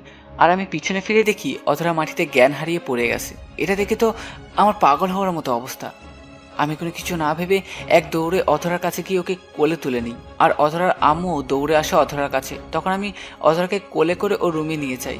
তখন অধরার আম্মু, মানে বড় আম্মু, বলল, শুভ্র, আমার মেয়ের কি হলো? হঠাৎ করে অজ্ঞান হয়ে গেল কেন? বড় আম্মু তুমি চিন্তা করো না, রাস্তায় আমাকে বলছিল শরীরটা নাকি একটু খারাপ লাগছে, আর বাসায় এসে এমন হয়ে গেল। তুমি তাড়াতাড়ি ডাক্তারকে কল করো, আর একটু রসুন দিয়ে তেল গরম করে নিয়ে আসো, হাত পায়ে মালিশ করলে হয়তো ভালো হবে। আচ্ছা তুই এখানে থাক, আমি এক্ষুনি ডাক্তারকে কল দিচ্ছি আর একটু তেল গরম করে নিয়ে আসছি। কথাটা বলেই বড় আম্মু বাইরে চলে যায়। আর এদিকে আমি অধরার মাথার পাশে বসে আছি। আর তখন আমি মনে মনে চিন্তা করলাম, অধরার মুখে একটু পানি ছিটিয়ে দেখি জ্ঞান ফেরে কিনা। আর ঠিক তখন আমি অধরার পাশ থেকে উঠে পানি আনতে যাব, ঠিক তখন অধরা আমাকে অবাক করে দিয়ে আমার হাত চেপে ধরলো। আর আমি পিছনে তাকিয়ে দেখি অধরা আমার হাত ধরে মিটিমিটি করে হাসছে। তখন আমি বললাম, আপু আপনার জ্ঞান ফিরেছে? আমার কথা শুনে অধরা মুচকি হেসে বলল, আমি আবার জ্ঞান হারালাম কখন যে আমার আবার জ্ঞান ফিরবে? তাহলে একটু আগে যেটা ছিল সেটা কি? আর আপনি কেন এমন করলেন? তোর সাথে আমার কিছু হিসাব আছে, সেই হিসাবটা বরাবর করার জন্য এই নাটকটা করলাম, যাতে তোকে আমার কাছে পাই। কারণ বাড়িতে আসলেই তো তুই আমার কাছ থেকে পালিয়ে পালিয়ে বেড়াস, তাই যাতে পালাতে পারিস এই বুদ্ধি করলাম। কাজটা আপনি একদম ঠিক করেন। আপনার জন্য বড় আম্মু কত চিন্তা করছে বুঝতে পারছেন?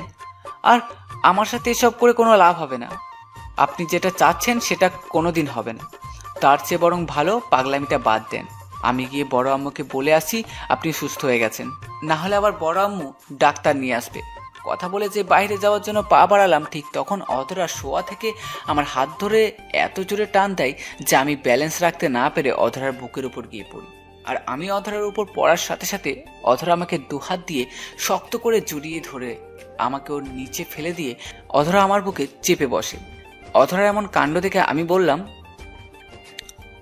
আপু প্লিজ আমাকে ছাড়েন, এটা একদম ঠিক হচ্ছে না।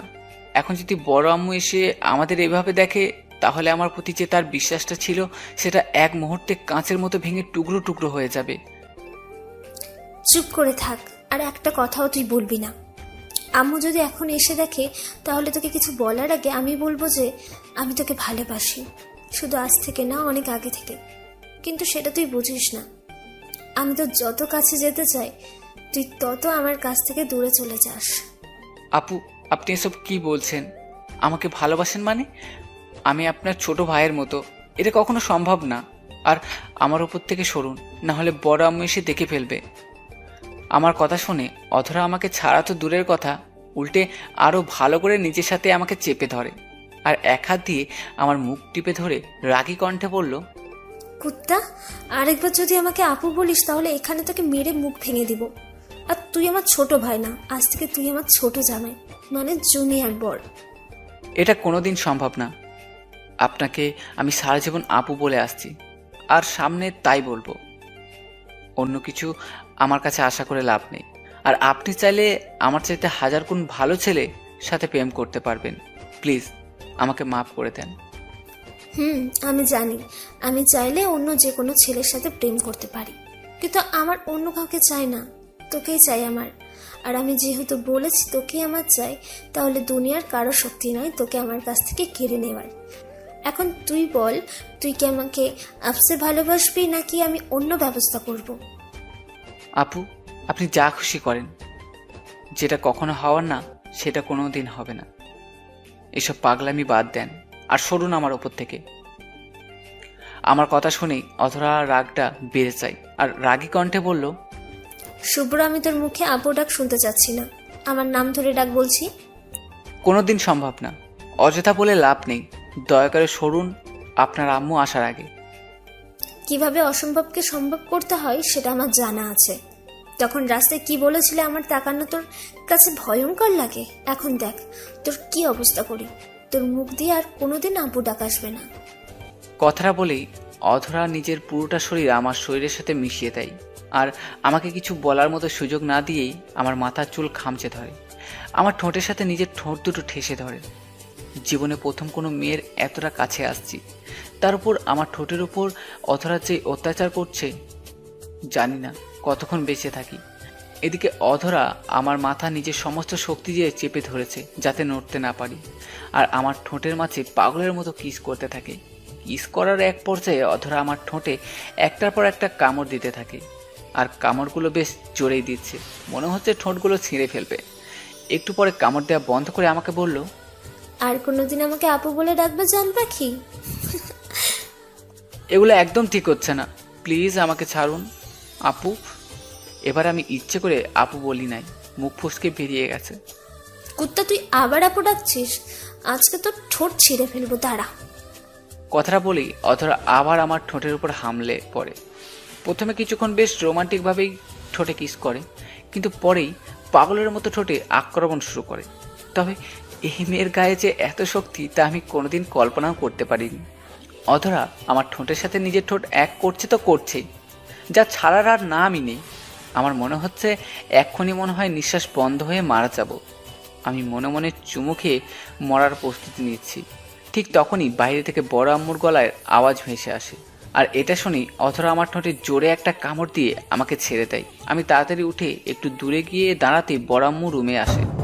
বড় আম্মু রুমে এসে আমাদের দেখে অবাক হয়ে বলল, অধরা, মা তোর কি হয়েছিল? তুই হঠাৎ অজ্ঞান হয়ে গেলি কেন? আম্মু, তেমন কিছু হয়নি, হঠাৎ মাথাটা ঘুরে গেছিল তাই এমন হয়েছে। আচ্ছা তুই রেস্ট নে, আমি ডাক্তারকে কল করছি, একটু পরেই চলে আসবে। না আম্মু, ডাক্তার আসা লাগবে না, আমি এখন সুস্থ আছি। শুধু শুধু ডাক্তার ডেকে ঝামেলা করার দরকার নাই। না, ডাক্তার একবার আসুক, এসে তোকে দেখে যাক। আমি বললাম না ডাক্তার আসা লাগবে না, তাহলে এক কথা বারবার কেন বলো? প্রয়োজন হলে আমি নিজে ডাক্তারের কাছে যাবো। অধরার রাগ দেখে বড় আম্মু একটু চুপসে যায়, কারণ বাড়ির সবাই জানে অধরার রাগটা একটু বেশি। ওর কথার বিরুদ্ধে গেলে রেগে যায় অধরা। অধরা যখন কথা বলছিল তখন হঠাৎ বড় আম্মু আমার দিকে খেয়াল করে, আর আমার অবস্থা থেকে বড় আম্মু বলল, কিরে শুভ্র, তোর ঠোঁটে মন ফুলে গেল কেন? মাথার চুল এমন এলোমেলো হয়ে আছে কেন? দেখে মনে হচ্ছে কারোর সাথে যুদ্ধ করে আসছিস। বড় আম্মুর কথা শুনে এবার আমার সত্যি সত্যি ভয়ে গলা শুকিয়ে গেছে। তাকে কি বলবো বুঝতে পারছি না। আর যদি বড় আম্মু এখন সত্যিটা বুঝতে পারে তাহলে কি হবে সেটা আমায় চিন্তার বাইরে। আমি একটু ভয়ে ভয়ে অধরার দিকে তাকিয়ে দেখি রাক্ষসীটা আমার এমন অবস্থা দেখে মিটিমিটি করে হাসছে। এটা দেখে রাগে আমার গা জ্বলে যাচ্ছে। তখন আমি বললাম, বড় আম্মু, তুমি তো জানো আমার কয়েকদিন ধরে অ্যালার্জির সমস্যা হচ্ছে, এখনো মনে হয় তার জন্য ঠোঁট ফুলে গেছে, আর মাথা চুলকানোর কারণে চুলগুলি এলোমেলো হয়ে গেছে। কিন্তু তোর ঠোঁট দেখে তো মনে হয় না এটা অ্যালার্জির কারণে ফুলে গেছে। কামড় পড়লে যেমন ঠোঁট ফুলে যায়, তোর ঠোঁটও ঠিক তেমন ফুলে গেছে। বড় আম্মুর কথা শুনে আমি মাথা নিচু করে চুপ হয়ে থাকি। আসলে এই মুহূর্তে আমি বলার মতো কোনো কথা খুঁজে পাচ্ছি না।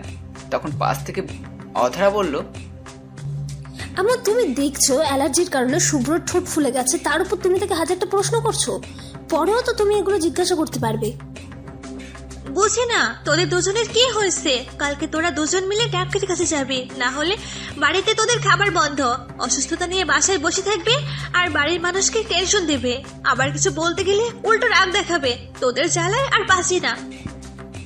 কথাটা বলেই বড় আম্মু রুম থেকে চলে গেল। আমিও যখন বড় আম্মুর পিছু নিয়ে রুম থেকে বেরোতে যাচ্ছি, ঠিক তখনই অধরা বলল, এই শুভ্র দাঁড়াও। অধরার কথা শুনে আমি একবার বেরোতে গিয়ে থেমে যাই, কিন্তু পিছনে না তাকিয়ে আবার যখন বাইরে যেতে যাব তখন অধরা আবার বলল, শুভ্র তুই কি আমার কাছে আসবি নাকি আমি উঠে গিয়ে তোকে ধরে আনবো? আর আমি যদি তোর কাছে যাই তাহলে কিন্তু সেটা তোর জন্য মোটেও ভালো হবে না। তার চেয়ে ভালো তুই নিজে আমার কাছে আয়।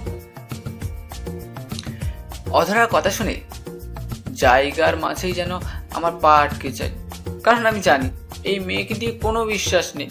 এখন যদি ওর কথা অমান্য করি, আমি চলে যাই, তাহলে আমায় গিয়ে সবার সামনে উল্টোপাল্টা কিছু করে ফেলবে। তখন কোনো উপায় না পেয়ে এক প্রকার বাধ্য হয়ে অধরার সামনে গিয়ে একটু দূরে দাঁড়িয়ে বললাম, বলুন, কি বলবেন? এত দূরে দাঁড়িয়ে আছো কেন? আমার সামনে এসে বসো। না, আমি এখানেই ঠিক আছি, বলুন কি বলবেন।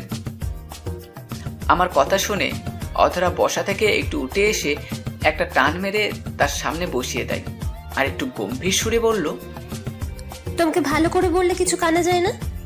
এরপর থেকে যেন আমার এক কথা দুবার বলতে না হয়, না হলে কিন্তু ভালো হবে না বলে দিলাম। এটা পরে দেখা যাবে, এখন কেন ডাকছেন সেটা বলুন। যদি কোনো কাজ থাকে বলুন, করে দিচ্ছি, না হলে আমি গেলাম। আমার কথার কোনো জবাব না দিয়েই অধরা তার কমল হাত দিয়ে আমার ঠোঁটগুলোতে স্পর্শ করে, আর অধরা হাতে ছোঁয়া পাওয়ার সাথে সাথে আমি ঠোঁটের ব্যথায় ওহ করে উঠি। আসলে অধরা আমার ঠোঁটগুলোতে এমনভাবে কামড় দিয়েছে যে এখন ব্যথা ঠিক মতো কথাও বলতে পারছি না। তার উপর অধরা আমার ঠোঁটে হাত দেওয়াতে মনে হয় ব্যথাটা আরো বেড়ে গেছে। তখন অধরা বলল, শুভ্র আমি সত্যি খুব সরি তোমার কাছে। আসলে আমি বুঝতে পারিনি তোমার ঠোঁটের এমন খারাপ অবস্থা হয়ে যাবে। আর আমারই বা কি দোষ বলো? তোমার ঠোঁটগুলোর মাঝে কি এমন নেশা মেশানো আছে নিজেও জানি না। তোমার ঠোঁটের সাথে আমার ঠোঁটগুলো মেশাতেই আমি এক প্রকার পাগল হয়ে যাই। তাই তো আমি নিজেও জানি না তখন কি করে তোমার ঠোঁটের এমন অবস্থা করে ফেলেছি। প্লিজ আমার কলিজা না ভালো, আমাকে মাফ করে দাও, আর কখনো এমন করবো না। আমি অধরার কথাগুলো শুনে কোনো জবাব দিলাম না। আসলে তাকে বলার মতো কোনো কথা আমার কাছে নেই, আর আমি বললেও সে আমার কথা শুনবে না। তখন আমি অধরাকে কিছু না বলে তার চোখের দিকে একবার তাকিয়ে যেই তার সামনে থেকে উঠে যাচ্ছি, ঠিক তখনই অধরা আমার হাত ধরে ফেললো। আর আমি কিছু বলার আগেই আমাকে তার কাছে টেনে নিয়ে আমার ঠোঁটগুলো তার ঠোঁটের সাথে মিশিয়ে দেয়। অধরা এক হাত দিয়ে আমার মাথার পিছনে চেপে ধরে, আর অন্য হাত দিয়ে আমার শার্ট সহ বুকে খামচে ধরে। আমি প্রথমে তার কাছ থেকে ছুটার জন্য একটু নড়াচড়া করলে অধরা আমার ঠোঁট হালকা কামড়ে ধরে, আর আমি তার চোখের দিকে তাকাতেই অধরা চোখে ইশারা করে না করার জন্য। তাই আমিও আর কামড়ের ভয়ে তাকে বাধা দিইনি। এরপর অধরা নিজের ইচ্ছে মতো করে ফিল্মি স্টাইলে অনেকক্ষণ ধরে ওর নিজের স্বাদ মিটিয়ে নেয়, তবে কোনো কামড় দেয়নি। কিছুক্ষণ পর আমাকে ছেড়ে দিলে দুজনে বসে হাওয়াতে থাকি আর বড় বড় নিঃশ্বাস নিতে থাকি। তখন অধরা মুচকি হেসে বলল, আমি তোমার ঠোঁটের 12টা বাজিয়ে দিলাম, আবার আমি এখন চিকিৎসা করে দিলাম। এরপর থেকে যদি আমার কথা অমান্য করো তাহলে প্রথমে তোমার ঠোঁটের উপর অত্যাচার করব, পরে আমি আবার এখনকার মতো চিকিৎসা করব। এতে দুবারই আমার লাভ হবে। সো সাবধান মিস্টার শুভ্র। আর আমি যদি কোনো অন্যায় না করি তাহলে আর আমার সাথে এমন করবেন না তো? সেটা আমি ভেবে দেখব, তবে তুমি অন্যায় করলে আমারই লাভ হবে। আজকের মতো তোমাকে শাস্তি দিতে পারবো।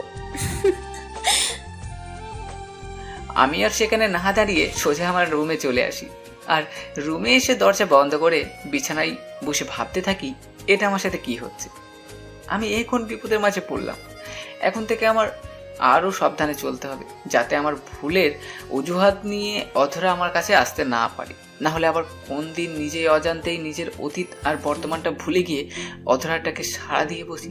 এসব চিন্তা করতে করতে বিছানায় শুয়েই ঘুমিয়ে পড়ি আমি।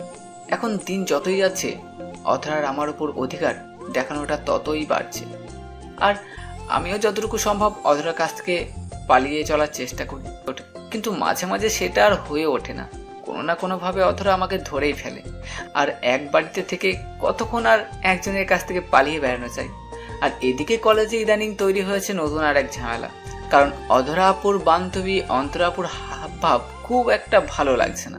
প্রয়োজন ছাড়াই দিনে 10 বার কল দেয়, কলেজে গেলে ইচ্ছে করে গায়ে পড়ে কথা বলতে আসে।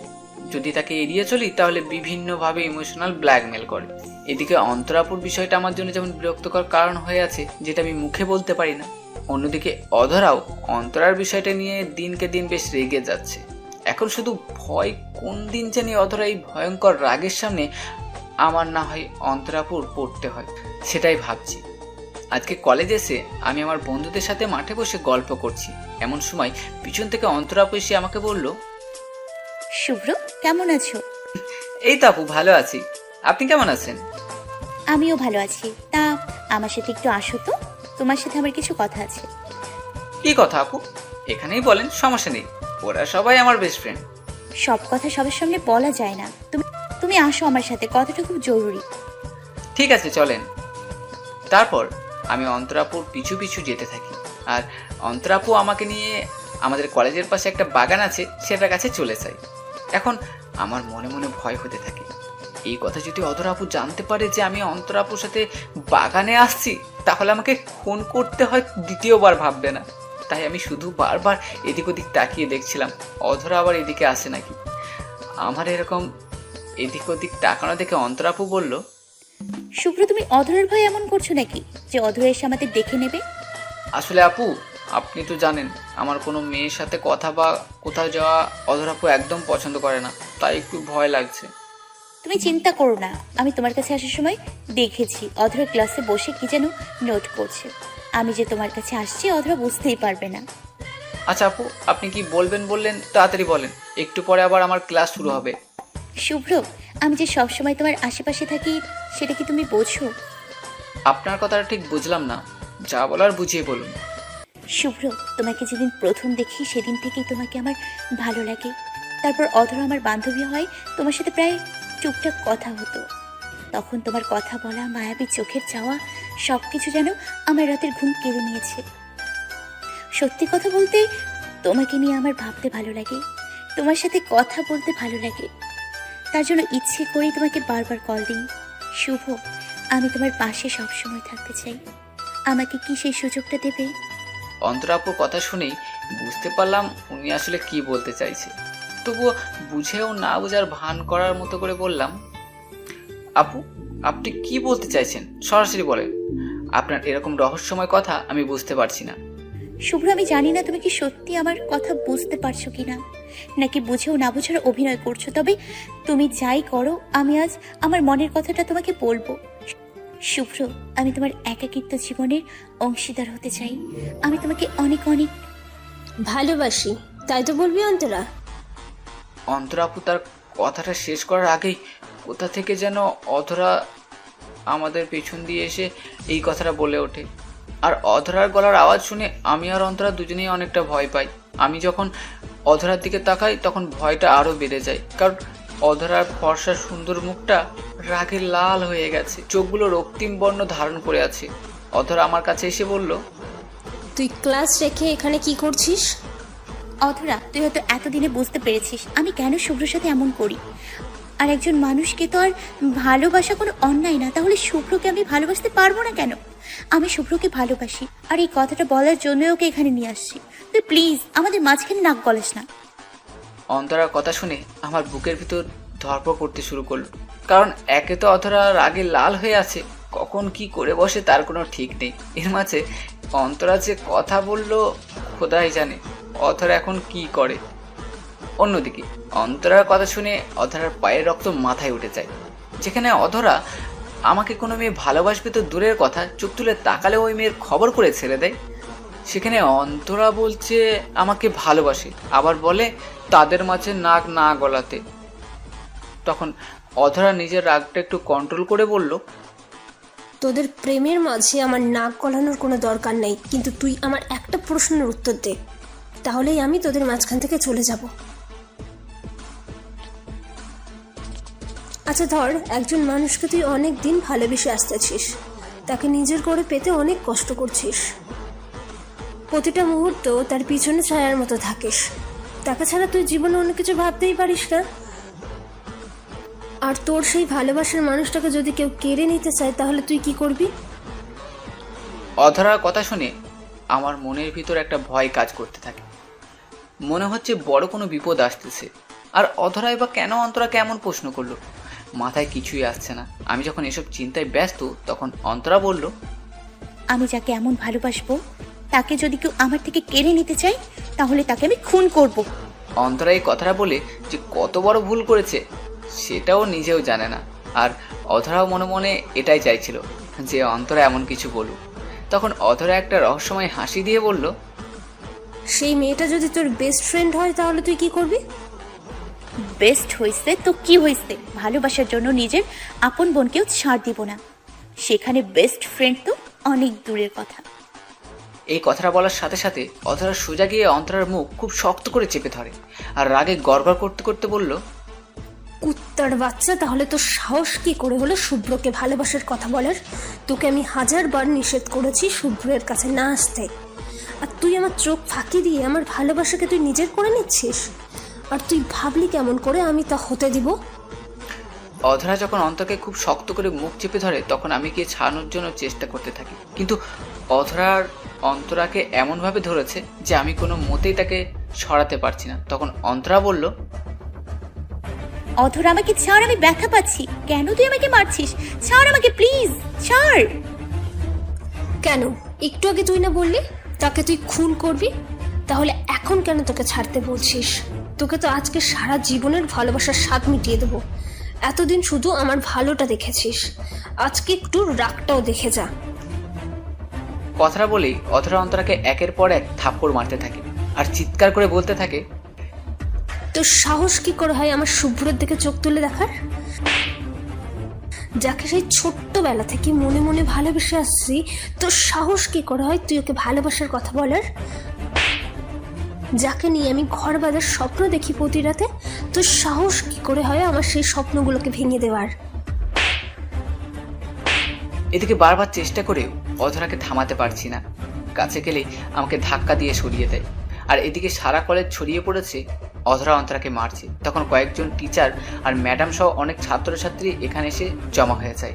আর যখন ম্যাডাম নিচে গিয়ে অধরার হাত থেকে অন্তরাকে রক্ষা করে, তবে ম্যাডামরা যতক্ষণে অন্তরাকে উদ্ধার করে অধরার হাত থেকে, ততক্ষণ অধরা অন্তরাকে মেরে নাক মুখ ফাটিয়ে ফেলে। নাক দিয়ে মুখ দিয়ে রক্ত পড়তে থাকে। তারপর অন্তরাকে ডাক্তারের কাছে নিয়ে চিকিৎসা করে আনা হয়। আর আমাকে সহ অধরা আর অন্তরাকে প্রিন্সিপাল স্যারের রুমে ডাকা হয়। অন্যদিকে অন্তরার পরিবার খবর পেয়ে কলেজে চলে আসে। আর এদিকে প্রিন্সিপাল স্যার নিচে অধরার আব্বুকে কল দিয়ে কলেজে আসতে বলে।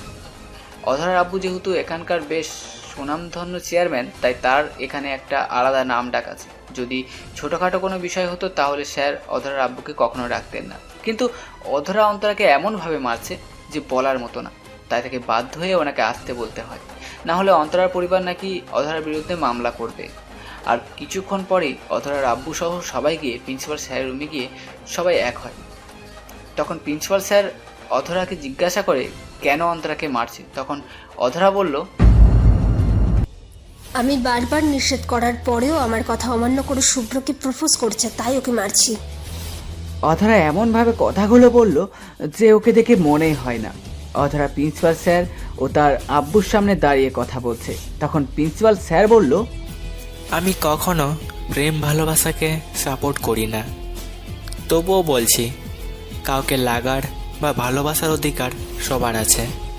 যে কেউ তার ভালোবাসার কথা অন্যকে বলতে পারে, এটা কোনো অন্যায় না। কিন্তু তুমি যেটা করেছ সেটা অন্যায় করেছ। সাধারণ একটা বিষয় নিয়ে তোমার এভাবে অন্তরাকে মারাটা একদম ঠিক করনি। তোমার কারণে আজকে তোমার আব্বুকে কলেজে আসতে হয়েছে। তোমার কাছ থেকে আমরা কেউ এমনটা আশা করিনি অধরা। এখন আমি চাচ্ছি তুমি সবার সামনে অন্তরা ও তার পরিবারের কাছে ক্ষমা চেয়ে নাও। স্যার, আমি কেন ক্ষমা চাইবো? আমি তো কোনো ভুল করিনি। অধরার কথা শুনে সবাই অবাক হয়ে যায়। একটা মানুষকে মারতে মারতে আত্মমারা করেও কি করে বলে যে সে কোনো ভুল করেনি? তখন প্রিন্সিপাল স্যার বলল, অধরা, তুমি একটা মেয়েকে সবার সামনে বিনা কারণে জঘন্যভাবে মেরেছ। তারপরেও এখন তুমি বলছো যে তুমি কোনো অন্যায় করনি। এটা কিন্তু তোমার সবার সামনে বেয়াদবি করা হচ্ছে। আমি চাই তুমি মাপ চেয়ে সমস্যাটা এখানেই সমাধান করো, না হলে তোমার বিরুদ্ধে অ্যাকশন নিতে আমি বাধ্য হব, কারণ কলেজের নিয়ম সবার জন্য সমান। স্যার, আপনি বললেন না সবার ভালোবাসার অধিকার আছে, তাহলে সবার যদি ভালোবাসার অধিকার থাকে তাহলে সবার তার ভালোবাসাকে রক্ষা করারও অধিকার আছে, আর আমি সেটাই করছি। কেউ যদি আমার শুভ্রর দিকে চোখ তুলে তাকায়, আমি তার চোখ তুলে নেব। ভালোবাসার কথা বলবে সেটা অনেক দূরের কথা, আর এর জন্য আমি কারোর কাছে মাপ চাইতে পারবো না। এতে আপনি যা করার করতে পারেন। অধরার কথা শুনে প্রিন্সিপাল স্যার সহ সবাই অবাক হয়ে যায়। আর আমি মনে মনে বলতে থাকি, আজ অধরার জন্য সারা কলেজ সব বড় আব্বুর কাছেও ছোট হয়ে গেলাম। কারণ এখন অধরার আব্বু মনে করবে আমি মনে হয় অধরার সাথে প্রেম করছি। তখন প্রিন্সিপাল স্যার বলল, চেয়ারম্যান সাহেব, এবার আপনি আপনার মেয়েকে একটু বোঝান, না হলে সমস্যাটা আরও বড় হয়ে যাবে আর কলেজের নামটা খারাপ হবে। এতক্ষণ ধরে অধরার আব্বু চুপচাপ স্যারের সব কথা শুনছিল। এখন প্রিন্সিপাল স্যারের কথা শুনে অধরার আব্বু বলল, আসলে আমার মেয়ে আজ যে অন্যায়টা করেছে তার জন্য আমি আপনাদের কাছে খুবই লজ্জিত। আমি আমার মেয়ের হয়ে আপনাদের কাছে ক্ষমা চাইছি, দয়া করে আপনারা মাফ করে দেন। আসলে অধরার আব্বু চেয়ারম্যান ও ভালো মানুষ হিসেবে সবার কাছে বেশ পরিচিত। সবসময় মানুষের জন্য নিজেকে উজাড় করে দেয়। তার এমনভাবে মাপ চাওয়া দেখে অন্তরার পরিবারও খুশি হয়ে সব ভুলে যায়। তখন অধরার আব্বু অন্তরার কাছে গিয়ে বলল, মামনি, আমি তোমার বাবার বয়সী হয়ে তোমার কাছে মাফ চাইছি। আমার মেয়েকে তুমি মাফ করে দাও, সে আর কখনো এমন করবে না। অধরার আব্বুর কথা শুনে অন্তরা মাথা নিচু করে চুপ করে থাকে। তখন তিনি আবার বললেন, শুভ্র আর তুমি কি দুজন দুজনকে ভালোবাসো? আমি শুভ্রকে ভালোবাসি, শুভ্র আমাকে ভালোবাসে কিনা জানি না। আচ্ছা, তোমাদের বিষয়টা নিয়ে আমি তোমাদের পরিবারের সাথে কথা বলবো। অধরার আব্বুর কথা শুনে অন্তরার মুখে যেন চাঁদের হাসি ফুটে ওঠে। অন্তরা তখন লজ্জা মিশ্রিত চোখে শুভ্রের দিকে তাকিয়ে বলল, আঙ্কেল, আপনারা যা ভালো মনে করেন করেন। এদিকে অধরার আব্বুর কথা শুনে আমার মাথা 360 ডিগ্রি অ্যাঙ্গেলে ঘুরতে থাকে। সারা জীবন শুনে আসলাম বিয়ের কথা বাড়িতে হয়, কিন্তু জীবনে প্রথম দেখলাম বিয়ের কথা কলেজেও হয়, তাও আবার নিজের বিয়ের কথা। আমি আর চোখে অধরার দিকে তাকিয়ে দেখি অধরার কি অবস্থা, আর অধরার দিকে তাকিয়ে আমার ভিতর ভয় লেগে যায়। কারণ অধরা ওর আব্বুর কথা শুনে আগে লাল হয়ে গেছে, চোখগুলো আগুনের মতো হয়ে গেছে, মনে হচ্ছে এক্ষুনি চোখ দিয়ে আগুন বেরিয়ে আসবে। এখন যদি অধরার সামনে ওর আব্বু না থাকতো তাহলে যে অধরা এখন কি করত তা সে নিজেও জানে না। আর তাই নিজের রাগটা কন্ট্রোল করার জন্য নিজের ওড়নাকে শক্ত করে চেপে ধরে আছে, আর বারবার আমার দিকে তাকিয়ে দেখছে, হয়তো আমি কি করি সেটা দেখার জন্য। তারপর অধরার আব্বু প্রিন্সিপাল স্যারের সাথে আর অন্তরার পরিবারের সাথে আরো কিছুক্ষণ কথাবার্তা বলে বাহিরে চলে যান।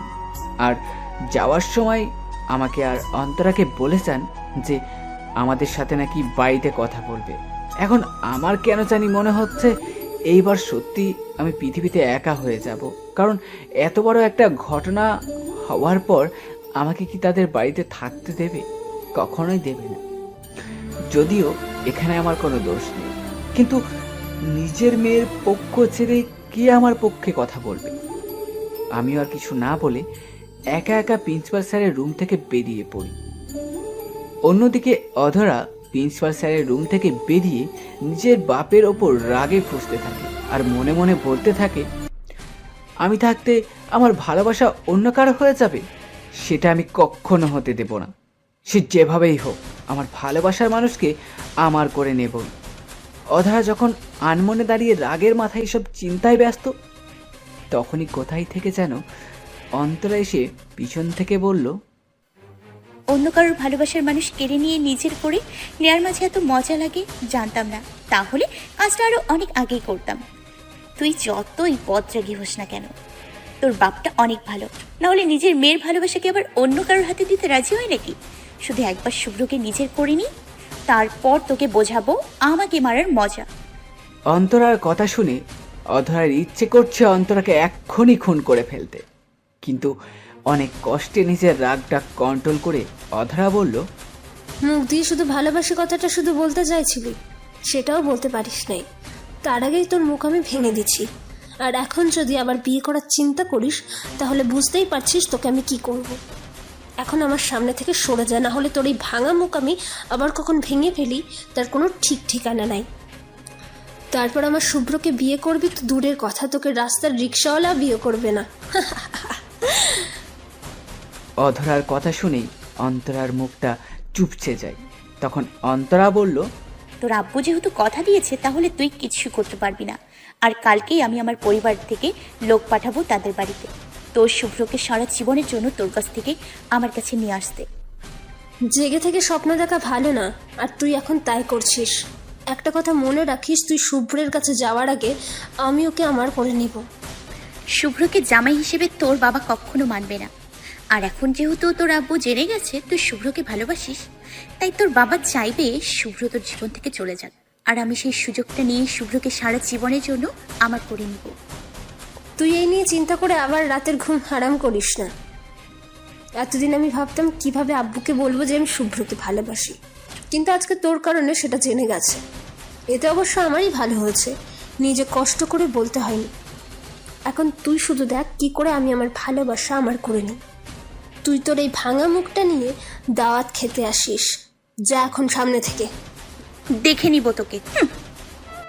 কথাটা বলেই অন্তরা হনহন করে সেখান থেকে চলে যায়। আর অধরা তখন মনে মনে শুভ্রকে খুঁজতে থাকে, কিন্তু পুরা কলেজ খোঁজেও শুভ্রকে পায়নি অধরা। তখন মন খারাপ করে বাড়িতে চলে যায়। এদিকে আমি কলেজ থেকে সোজা বেরিয়ে নদীর পাড়ে চলে আসি, আর সেখানে সন্ধ্যা পর্যন্ত একা বসে থাকি। এর ভিতর অধরা বেশ কয়েকবার কল দিয়েছে, কিন্তু আমি কল রিসিভ করিনি। আজ নিজেকে সত্যি খুব একা মনে হচ্ছে। এতিম হয়েও এতদিন খুব একটা মা বাবার কথা মনে পড়েনি, কিন্তু আজকে অনেক মনে পড়ছে। জানি না বাড়িতে গেলে আমার জন্য কি অপেক্ষা করছে। তারা হয়তো ভাববে এতদিন তাদের ঘরে খেয়ে পড়ে তাদের সাথে আমি বেইমানি করছি। হয়তো আজকে আমাকে তাদের বাসা থেকে বের করে দেবে। এরকম নানান চিন্তা করতে করতে প্রায় রাত হয়ে গেছে, তাই ভাবছি বাড়িতে যাই, যা আছে কপালে তাই হবে।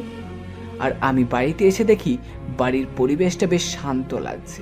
আমি তখন চুপচাপ আমার রুমে চলে যাই। আর আমি আমার রুমে আসার একটু পরেই আয়ান, মানে আমার ছোট নবাব এসে বলল, ভাইয়া এতক্ষণ তুমি কোথায় ছিলে? সেই কখন থেকে তোমায় খুঁজতেছি। আমি একটু বাইরে ছিলাম ছোট নবাব, তুমি আমাকে কেন খুঁজতেছো? আব্বু তোমাকে ডাকতেছে, বলেছে তুমি বাসায় আসলে আব্বুর সাথে দেখা করতে। আয়নের কথা শুনেই মনের ভিতর একটা অজানা ভয় কাজ করতে লাগলো। জানি না এখন বড় আব্বুর সামনে আমাকে কোন পরিস্থিতির সামনে পড়তে হয়, তবে কেন জানি মনে হচ্ছে আমার জন্য খারাপ কিছুই অপেক্ষা করছে। তখন মনে মনে চিন্তা করলাম, যা আছে কপালে তাই হবে, এত ভেবে লাভ নেই, দেখি গিয়ে কি হয়। আর আল্লাহ যা করেন মানুষের ভালোর জন্যই করেন। এসব নানান চিন্তা করে আমি আয়নকে বললাম, ছোট নবাব তুমি গিয়ে বড় আব্বুকে বলো শুভ্র ভাইয়া এক্ষুনি আসছে। আচ্ছা তাহলে তুমি তাড়াতাড়ি আসো, আমি গেলাম। কথাটা বলেই আয়ান আমার রুম থেকে বেরিয়ে যায়, আর আমি ধপ করে বিছানায় বসে পড়ি। আসলে অতিরিক্ত চিন্তায় মাথাটা কেমন ঝিমঝিম করছে, কোনো কিছু তেমন ভালো লাগছে না। তারপর আমি ওয়াশরুমে গিয়ে হাত মুখে পানি দিয়ে নিজেকে একটু ফ্রেশ করে নিই। তারপর আস্তে আস্তে বড় আব্বুর রুমের দিকে যেতে থাকি। আমি যতই বড় আব্বুর রুমের দিকে অগ্রসর হতে থাকি, আমার বুকের ভেতর ততই ধড়ফড় করতে থাকে। তারপর নিজেকে সামলে নিয়ে বড় আব্বুর রুমে প্রবেশ করি আমি। সেখানে গিয়ে দেখি বড় আব্বু ও বড় আম্মু তারা দুজন একসাথে খাটের ওপর বসে আছে। তখন আমি তাদের সামনে যেতেই বড় আব্বু বলল, শুভ্র, কলেজ থেকে গিয়ে সারাদিন কোথায় ছিলি? বড় আব্বু, কোথাও যায়নি, এই তো নদীর পাড়ে বসেছিলাম। আমার কথাটা শুনে বড় আব্বু কিছুক্ষণ চুপ করে থাকে, কারোর মুখে কোনো কথা নেই। এর মাঝে অধরা আমাদের মাঝে এসে যোগ দেয়। তখন বড় আব্বু বলল, শুভ্র, ছোটবেলা থেকে তোকে নিজের চোখের সামনে বড় হতে দেখেছি। তোর মা বাবা মারা যাবার পর তোকে আমরা আমাদের কাছে রেখে দেই। হতে পারিস তুই আমাদের বাড়ির চাকরের ছেলে, কিন্তু তোকে আমরা সবসময় নিজের সন্তানের মতো মানুষ করেছি। কোনো কিছুর অভাব তোকে বুঝতে দেইনি। আর এতদিন তুই আমাদের সেই কাজের সঠিক মূল্য দিয়েছিস। কখনো এমন কাজ করিসনি যেটার জন্য আমাদের বাড়ির কোনো বদনাম হয়। আশা করি এখনও তোকে আমি যা জিজ্ঞেস করব তুই তার সঠিক উত্তর দিবি, কোনো প্রকার মিথ্যার আশ্রয় নিবি না। আব্বুর কথা শুনেই আমার চোখের কোনো নোনা পানি জমে যায়। আসলেই তো, বাবা মা মারা যাওয়ার পর তারা আমাকে যেভাবে মানুষ করেছে সেটা হয়তো আমার নিজের বাবা মা করতে পারতো না।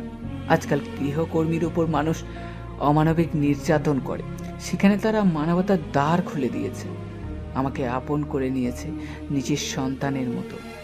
তখন আমি বললাম, বড় আব্বু বলেন, আপনি কি জানতে চান? আমি সত্যিটা বলবো। তোর কি অধরার সাথে কোনো সম্পর্ক আছে? মানে তোরা একে অপরকে ভালোবাসিস? বড় আব্বুর কথা শুনে আমি কিছুক্ষণ চুপ করে থাকি। তারপর আমি একবার অধরার দিকে তাকাই। তখন দেখি অধরা আমার দিকে চাতক পাখির মতো তাকিয়ে আছে, আমি কি বলি সেটা শোনার জন্য। তবে অধরার চোখে বুঝতে পারছি অধরা চাইছে আমি যেন এটাই বলি যে আমি অধরাকে ভালোবাসি। তখন আমি বললাম, না বড় আব্বু, অধরা আপুর সাথে আমার কোনো সম্পর্ক নেই।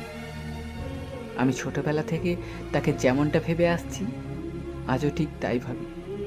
এতে উনি আমাকে নিয়ে যাই ভাবো না কেন। এদিকে আমার কথাটা শুনে অধরার মনে অনেকটা আঘাত লাগে, কারণ আমাকে পাওয়ার জন্য সবার সাথে একাই লড়ছে। সেই আমি যদি তাকে ভালো না বাসি আর সবার সামনে না করে দিই তখন খারাপ লাগাটাই স্বাভাবিক। কিন্তু অধরাও এত সহজে হেরে যাওয়ার মেয়ে না।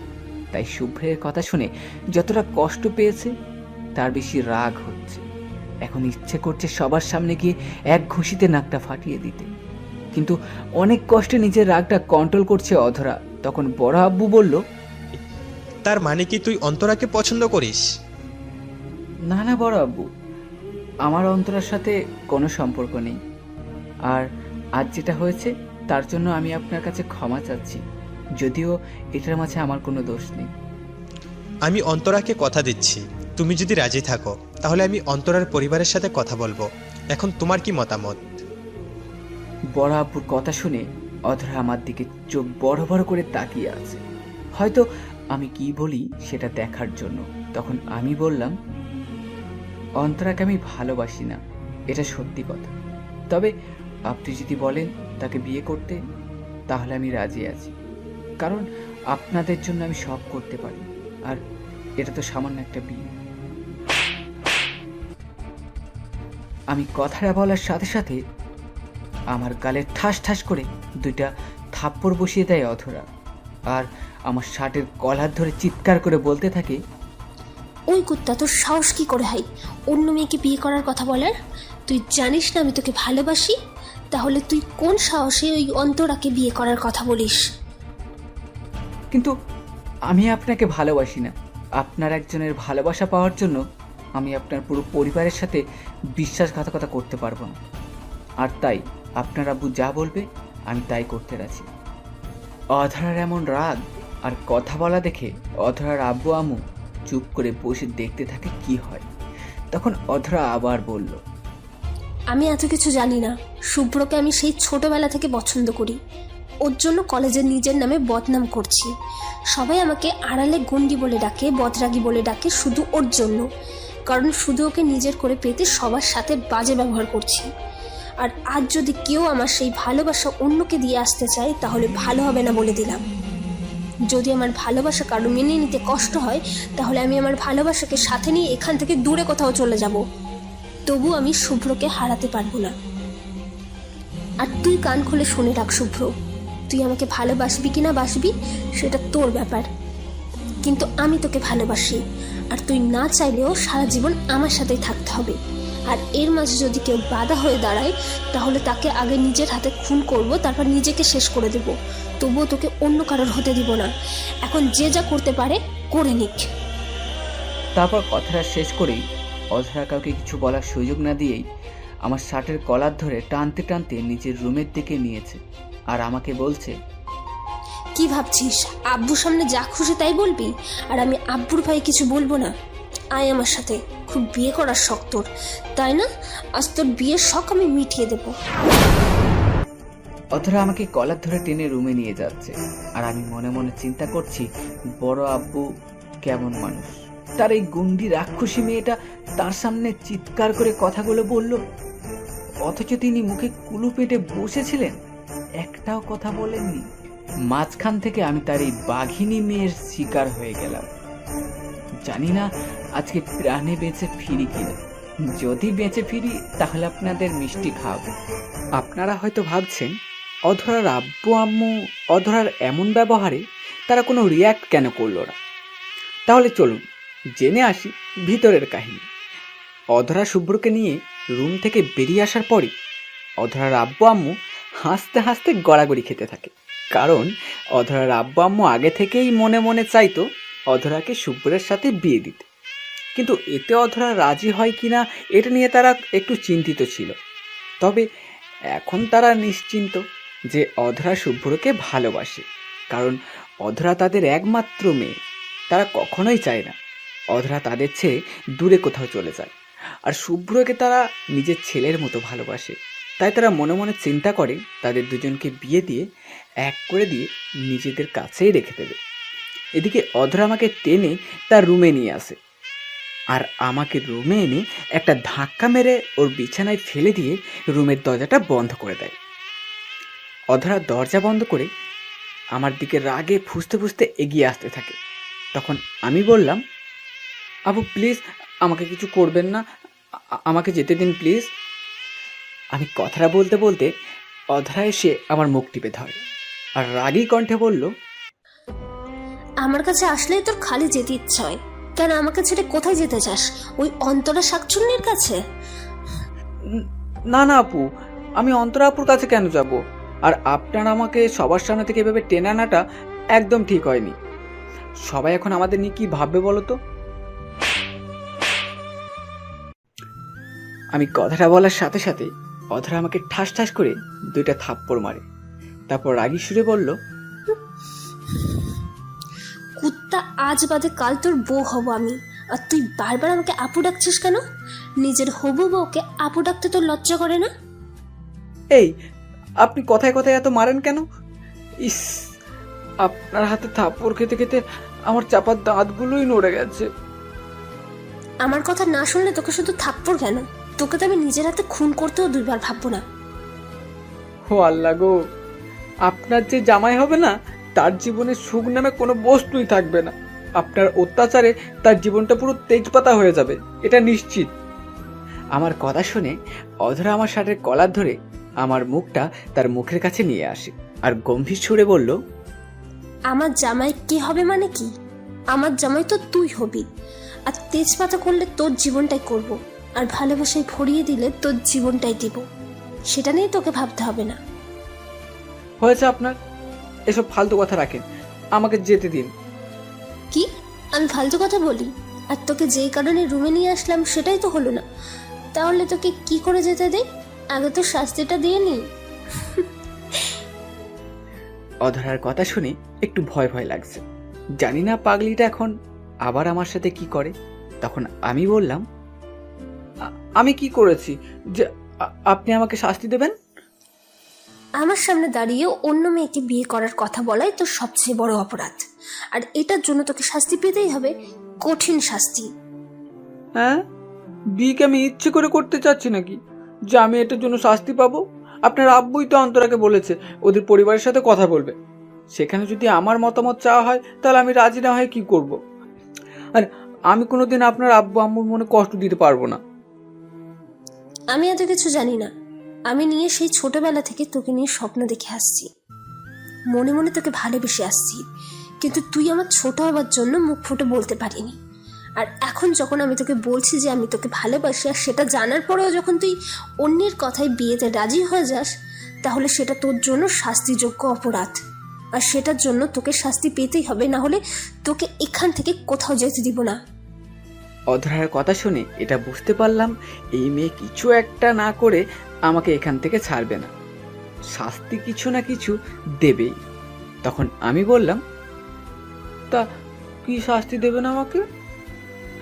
আমার কথা শুনে অধরা মুচকি হেসে দেয়, তারপর আবার হাসিটা আড়াল করে মুখের মাঝে রাগের একটা ভাব নিয়ে বলল, তোর জন্য আজ সারাটা দিন আমি না খেয়ে আছি, তোকে নিয়ে কত চিন্তা করছি, এখন আমার শরীরটা দুর্বল লাগছে, তার জন্য তোর ওই গোলাপি ঠোঁটের স্বাদ নিয়ে শরীরটা একটু চাঙ্গা করব। আর যতক্ষণ পর্যন্ত আমার স্বাদ না মেটে ততক্ষণ পর্যন্ত তুই কোথাও যেতে পারবি না, আর এটাই হলো তোর শাস্তি। এমন কথা শুনে এক লাফ দিয়ে অধরার পাশ থেকে উঠে অন্য পাশে চলে যায়, কারণ আমি জানি অধরার যদি একবার সুযোগ পাই তাহলে আমার ঠোঁটের 12টা বাজিয়ে ছাড়বে, আর সেই সুযোগ তাকে কোনোভাবেই দেওয়া যাবে না। তখন আমি বললাম, না না, এই শাস্তি আমি মানি না। একে তো অন্যায় করিনি, তার উপর আপনার এমন শাস্তি আমি মানতে পারবো না। এটা ছাড়া অন্য কোনো শাস্তি দেন, সেটা আমি করব। আমার কথা শুনে অধরা কিছুক্ষণ আমার চোখের দিকে তাকিয়ে কি যেন ভাবে, তারপর মুচকি হেসে বলল, এটা ছাড়া আমি যা বলবো সেটা করবি তো? আর যদি না করিস তাহলে কিন্তু আমার আগেরটাই মানতে হবে। বলেন। ওটা ছাড়া যা বলবেন তাই করব। তাহলে আজ সারা রাত আমার সামনে এক পায়ে কান ধরে দাঁড়িয়ে থাকবি, এটাই তোর শাস্তি। অধরার কথা শুনে আমি অবাক হয়ে যাই, কারণ সারা রাত এক পায়ে কান ধরে দাঁড়িয়ে থাকা কি করে সম্ভব? আর আমার জন্য তো একেবারেই অসম্ভব। আমি জানি এটা অধরা ইচ্ছে করে করছে, যাতে আমি এটা করতে না পারি আর ও আমার ঠোঁটের 12টা বাজাতে পারে। আমিও নাছর বান্দা, রাগ করে বললাম, আচ্ছা ঠিক আছে, দরকার পড়লে সারা রাত কান ধরেই দাঁড়িয়ে থাকবো, তো আপনার কথা মানবো না। এই না হলে আমার জুনিয়র বর, একটু রাগ না থাকলে কি চলে নাকি? এবার শুরু করো, দেখি কেমন জোর আছে। আমি আর কোনো কথা না বলে এক পা তুলে কান ধরে দাঁড়িয়ে থাকি, আর মনে মনে অধরার গুষ্টি উদ্ধার করতে থাকি। রাক্ষসী, আমাকে এমন শাস্তি দিয়েছিস, তোর কপালে জামাই মিলবে না, তোর 22টা বাচ্চা হবে। আরে ধুর, বিয়ে না হলে আবার বাচ্চা হবে কোথায় থেকে? সত্যি এই গুন্ডির আচরণে আমার জীবনটা শেষ হয়ে গেল। আর বড় আব্বু আর বড় আম্মু তারাই বা কেমন? আমাকে নাকি তারা অনেক ভালোবাসে। তাহলে কোথায় গেল তাদের ভালোবাসা? যখন এই গুন্ডি মেয়ে তাদের সামনে কলার ধরে নিয়ে আসছিল তখন তো চুপ করেছিল। আমি যখন মনে মনে সবার উপর নিচে রাগ ঝাড়ছি, ঠিক তখনই কে যেন দরজায় ঠোকা দিল। তখন রুমের ভিতর থেকে অধরা একরাশ বিরক্ত নিয়ে বলল, ওই কে এভাবে বিরক্ত করছে? তখন বাইরে থেকে অধরার আম্মু বলল, অধরা মা, দরজাটা খোল, তোর সাথে কথা আছে। তোমাদের সাথে আমার কোনো কথা নাই, তোমরা কেউ আমার সুখ চাও না, আমি তোমাদের সাথে কথা বলতে চাই না। আরে একবার দরজাটা খুলবে তো? আমরা কি বলি আগে সেটা শোন, পরে না হয় আমাদের সাথে রাগ করে থাকবে। বড় আম্মুর কথা শুনে আমি বললাম, আচ্ছা দরজাটা খুলে দিই, দেখেন ওনারা কি বলে। তুমি একদম কান ছাড়বে না বাবু, যেভাবেই আছো ঠিক সেভাবেই থাকো, না হলে পরে কি হবে বুঝতেই পারছো। আমি গিয়ে দরজা খুলে দিচ্ছি। অধরার কথা শুনে আমি মাথা নিচু করে কান ধরে দাঁড়িয়ে থাকি, আর অধরা গিয়ে রুমের দরজা খুলে দেয়। আর অধরা দরজা খোলার সাথে সাথে বড় আম্মু, বড় আব্বু আর আয়ান রুমে আসে। আর তারা সবাই রুমে এসে আমাকে এই অবস্থায় দেখে মিটিমিটি করে হাসে। তখন বড় আব্বু বলল, শুভ্র, কান ছেড়ে সোজা হয়ে দাঁড়া। না, যদি কারোর কথা শুনে কান ছেড়ে দিস তাহলে তোর খবর আছে শুভ্র। কেউ যেমন আমাদের ভালোবাসা মানতে পারছে না, তাহলে আমাদের মাঝে যেন না আসে। অধরার কথা শুনে অধরার আব্বু আম্মু দুজনেই মুচকি হাসে। তখন অধরার আম্মু মিষ্টি হেসে বলল, নিজের হবু জামাইকে কান ধরিয়ে রাখতে তোর লজ্জা করছে না? জামাইকে সম্মান আর ভালোবাসতে শিখ। বড় আম্মুর কথা শুনে অধরা যেন নিজের কানকে বিশ্বাসই করতে পারছে না, কারণ তার আব্বু আম্মু এত সহজে বিষয়টা মেনে নেবে সে কখনো কল্পনাও করতে পারেনি। আর এদিকে আমার অবস্থা যায়, কারণ এই গুন্ডি যদি আমার বউ হয় তাহলে আমি নিশ্চিত ওর হাতেই আমার মৃত্যু অনিবার্য। তখন অধরা বলল, আম্মু তোমরা শুভ্রকে মেনে নিচ্ছ আমার জন্য? মেনে নেব কি আবার, আমরা তো অনেক আগে থেকে শুভ্রকে তোর জন্য মনে মনে ঠিক করে রেখেছিলাম, কিন্তু তুই এতে রাজি কিনা সেটাই চিন্তা ছিল। আর তোর যেই একরোখা মেজাজ, তাই ভয়ে আমরা কিছু বলতে পারি নাই। কিন্তু এখন তুই যেহেতু রাজি, তাহলে আমাদের আর আপত্তি কিসের? আমার ঘরের মেয়ে ঘরেই থাকবে, এতেই আমরা খুশি। অধরা ওর আম্মুর কথা শুনে খুশিতে ওর বাবাকে জড়িয়ে ধরে কান্না করে দেয়। তাকে দেখে মনে হচ্ছে আজ সে পৃথিবীর সবচেয়ে সুখী মেয়ে। কিন্তু এদিকে আমার মনে হচ্ছে এতদিন বাঁচার যতটুকু আশা ছিল সব এক মুহূর্তে শেষ হয়ে গেল। মনে মনে চিন্তা করছি এই গুণটিকে বিয়ে করা আর নিজ ইচ্ছায় গলায় দড়ি দেওয়া সমান কথা। তবে মরবো যেহেতু, বাঁচার জন্য না হয় আনন্দ করেই মরি। তখনই আমি বললাম, বড় আম্মু, আমি তোমাদের কথায় মরতে রাজি আছি, কিন্তু তোমাদের এই গুন্ডে মেয়েকে বিয়ে করতে পারবো না। আমি কথাটা বলি, একবার সবার দিকে তাকাই, তখন দেখি আমার কথা শুনে অধরার মা বাবা মিটিমিটি হাসতেছে, আর অধরা আমার দিকে অগ্নি দৃষ্টিতে তাকিয়ে আছে। তখনই অধরা বলল, ওই শুভ্র, কি বললি তুই? আরেকবার বলতে শুনি। দেখুন আপু, কথায় কথায় এত ভয় দেখাবেন না। আর আমি আপনার ছোট হয়ে কি করে আপনাকে বিয়ে করি? তার থেকে বড় কথা, আমার সাথে আপনার যায় না। আপনি আমার চাইতে অনেক ভালো কাউকে ডিজার্ভ করেন। আমার কথা শুনে অধরা কতক্ষণ চুপ করে তাকিয়ে থেকে কি যেন ভাবে। তারপর অধরা ওর আব্বুকে উদ্দেশ্য করে বলল, আচ্ছা শুভ্র যদি আমাকে বিয়ে করতে রাজি হয়, তাহলে কবে আমাদের বিয়ে হবে? তুই শুভ্রকে নিয়ে যেই অবস্থা শুরু করেছিস, আমি চাই না এরকম আর কোনো ঘটনা সৃষ্টি হোক। তাই শুভ্র যদি রাজি থাকে তাহলে কালকেই একদম ঘরোয়াভাবে তোদের বিয়েটা করিয়ে রাখবো।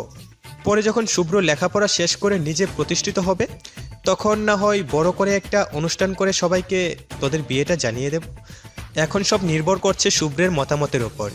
আমরা শুভ্রকে নিজের সন্তানের মতো আদর করে বড় করেছি বলে তার উপর কোনো সিদ্ধান্ত চাপিয়ে দেব না। শুভ্রের যে কোনো সিদ্ধান্ত আমরা মেনে নেব। বড় আব্বুর কথা শুনে নিজের অজান্তেই চোখ দিয়ে দুফোঁটা পানি গড়িয়ে পড়ে। আসলে তাদের সাথে যদি জীবনে কখনো দেখা না হতো, তাহলে হয়তো কখনো জানতেই পারতাম না যে পৃথিবীতে এখনো এত ভালো মানুষ আছে। সত্যি আল্লাহ যা করেন মানুষের মঙ্গলের জন্যই করেন। না হলে আমার মতো একটা এতিম ছেলে না চাইতেও আল্লাহ এত কিছু দিচ্ছে। হয়তো যাদের মা বাবা আছে তারাও এত কিছু পায়নি। আমি হয়তো মা বাবার আদর পাইনি, কিন্তু তারা আমাকে এত আদর ভালোবাসা দিচ্ছে যে নিজের মা বাবার ভালোবাসার কথা খুব একটা মনে পড়ে না। আবার এখন এমন একজন মানুষ আমার জীবনে নতুন করে আসতে যাচ্ছে যে কিনা আমাকে তার নিজের চাইতে বেশি ভালোবাসে। আমার জন্য যে একাই পুরো পৃথিবীর সাথে লড়তে পারে। সত্যি অনেক ভাগ্যবান আমি, অনেক অনেক ভাগ্যবান। আমি যখন মনে মনে সব চিন্তা করছি, তখন অধরা বলল, আম্মু তোমরা সবাই একটু বাইরে যাও, আমি তোমাদের জামাইকে রাজি করিয়ে নিয়ে আসছি। ঠিক আছে, তবে মনে রাখিস জামাইয়ের সাথে খারাপ ব্যবহার করতে নাই। কথাটা বলি অধরার মা বাবা মুচকি হেসে বেরিয়ে যায়। আর তখন অধরা গিয়ে রুমের দরজাটা আটকে দিয়ে মুচকি হেসে আমার দিকে এগিয়ে আসতে থাকে। তখন আমি বললাম, আপু প্লিজ সামনে আসবেন না, না হলে কিন্তু আমি চিৎকার করব। একটু মজা করেই বললাম, কারণ আমি বুঝে গেছি এই গন্ডিটাই আমার গলায় ঝুলবে, তাহলে একটু মজা নিয়েই নিই। আমি কথাটা বলতে বলতেই অধরা আমাকে ধাক্কা মেরে বিছানায় ফেলে দিয়ে জড়িয়ে ধরে, আর আমার বুকের সাথে নিজের শরীরটা মিশিয়ে দিয়ে অধরা বলল, এই যে আমার জুনিয়র বর, এখন যদি তুমি চিৎকার করো তাহলে বাইরে থেকে সবাই অন্য কিছু মনে করবে, বুঝলে?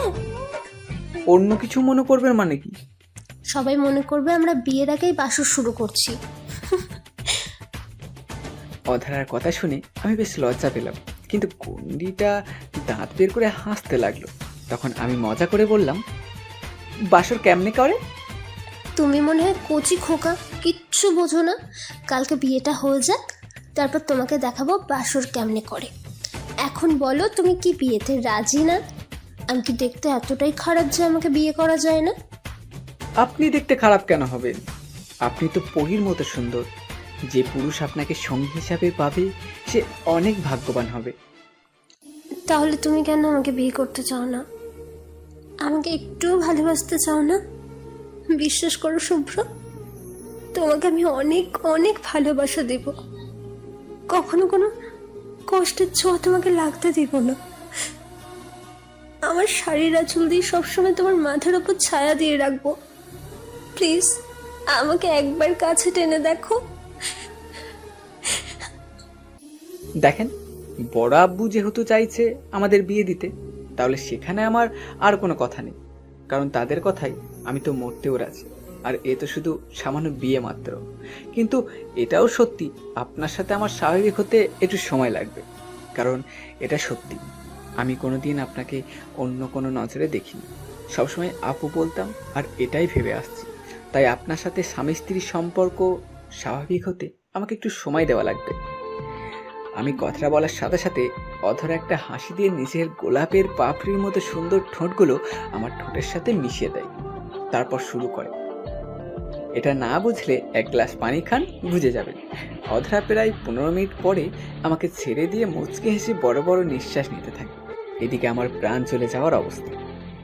তখন আমি নিঃশ্বাস নিতে নিতে বললাম, এই জন্যই সিনিয়র মেয়েদের সাথে বিয়ে অথবা প্রেম কোনোটাই করতে নেই, কারণ তাদের আদর আর মায়ের দুইটাই ভয়ঙ্কর। শুরু করলে নাকের ডগায় দম না এনে ছাড়ে না। আমার কথা শুনে অধরা হাসতে হাসতে বলল, আরেক রাউন্ড দিব নাকি? তখন কিন্তু মেরেই ফেলবো। না আপু, আপনার এক রাউন্ডেই আমার যায় জয় অবস্থা, জানি না বাকি জীবন কি হবে।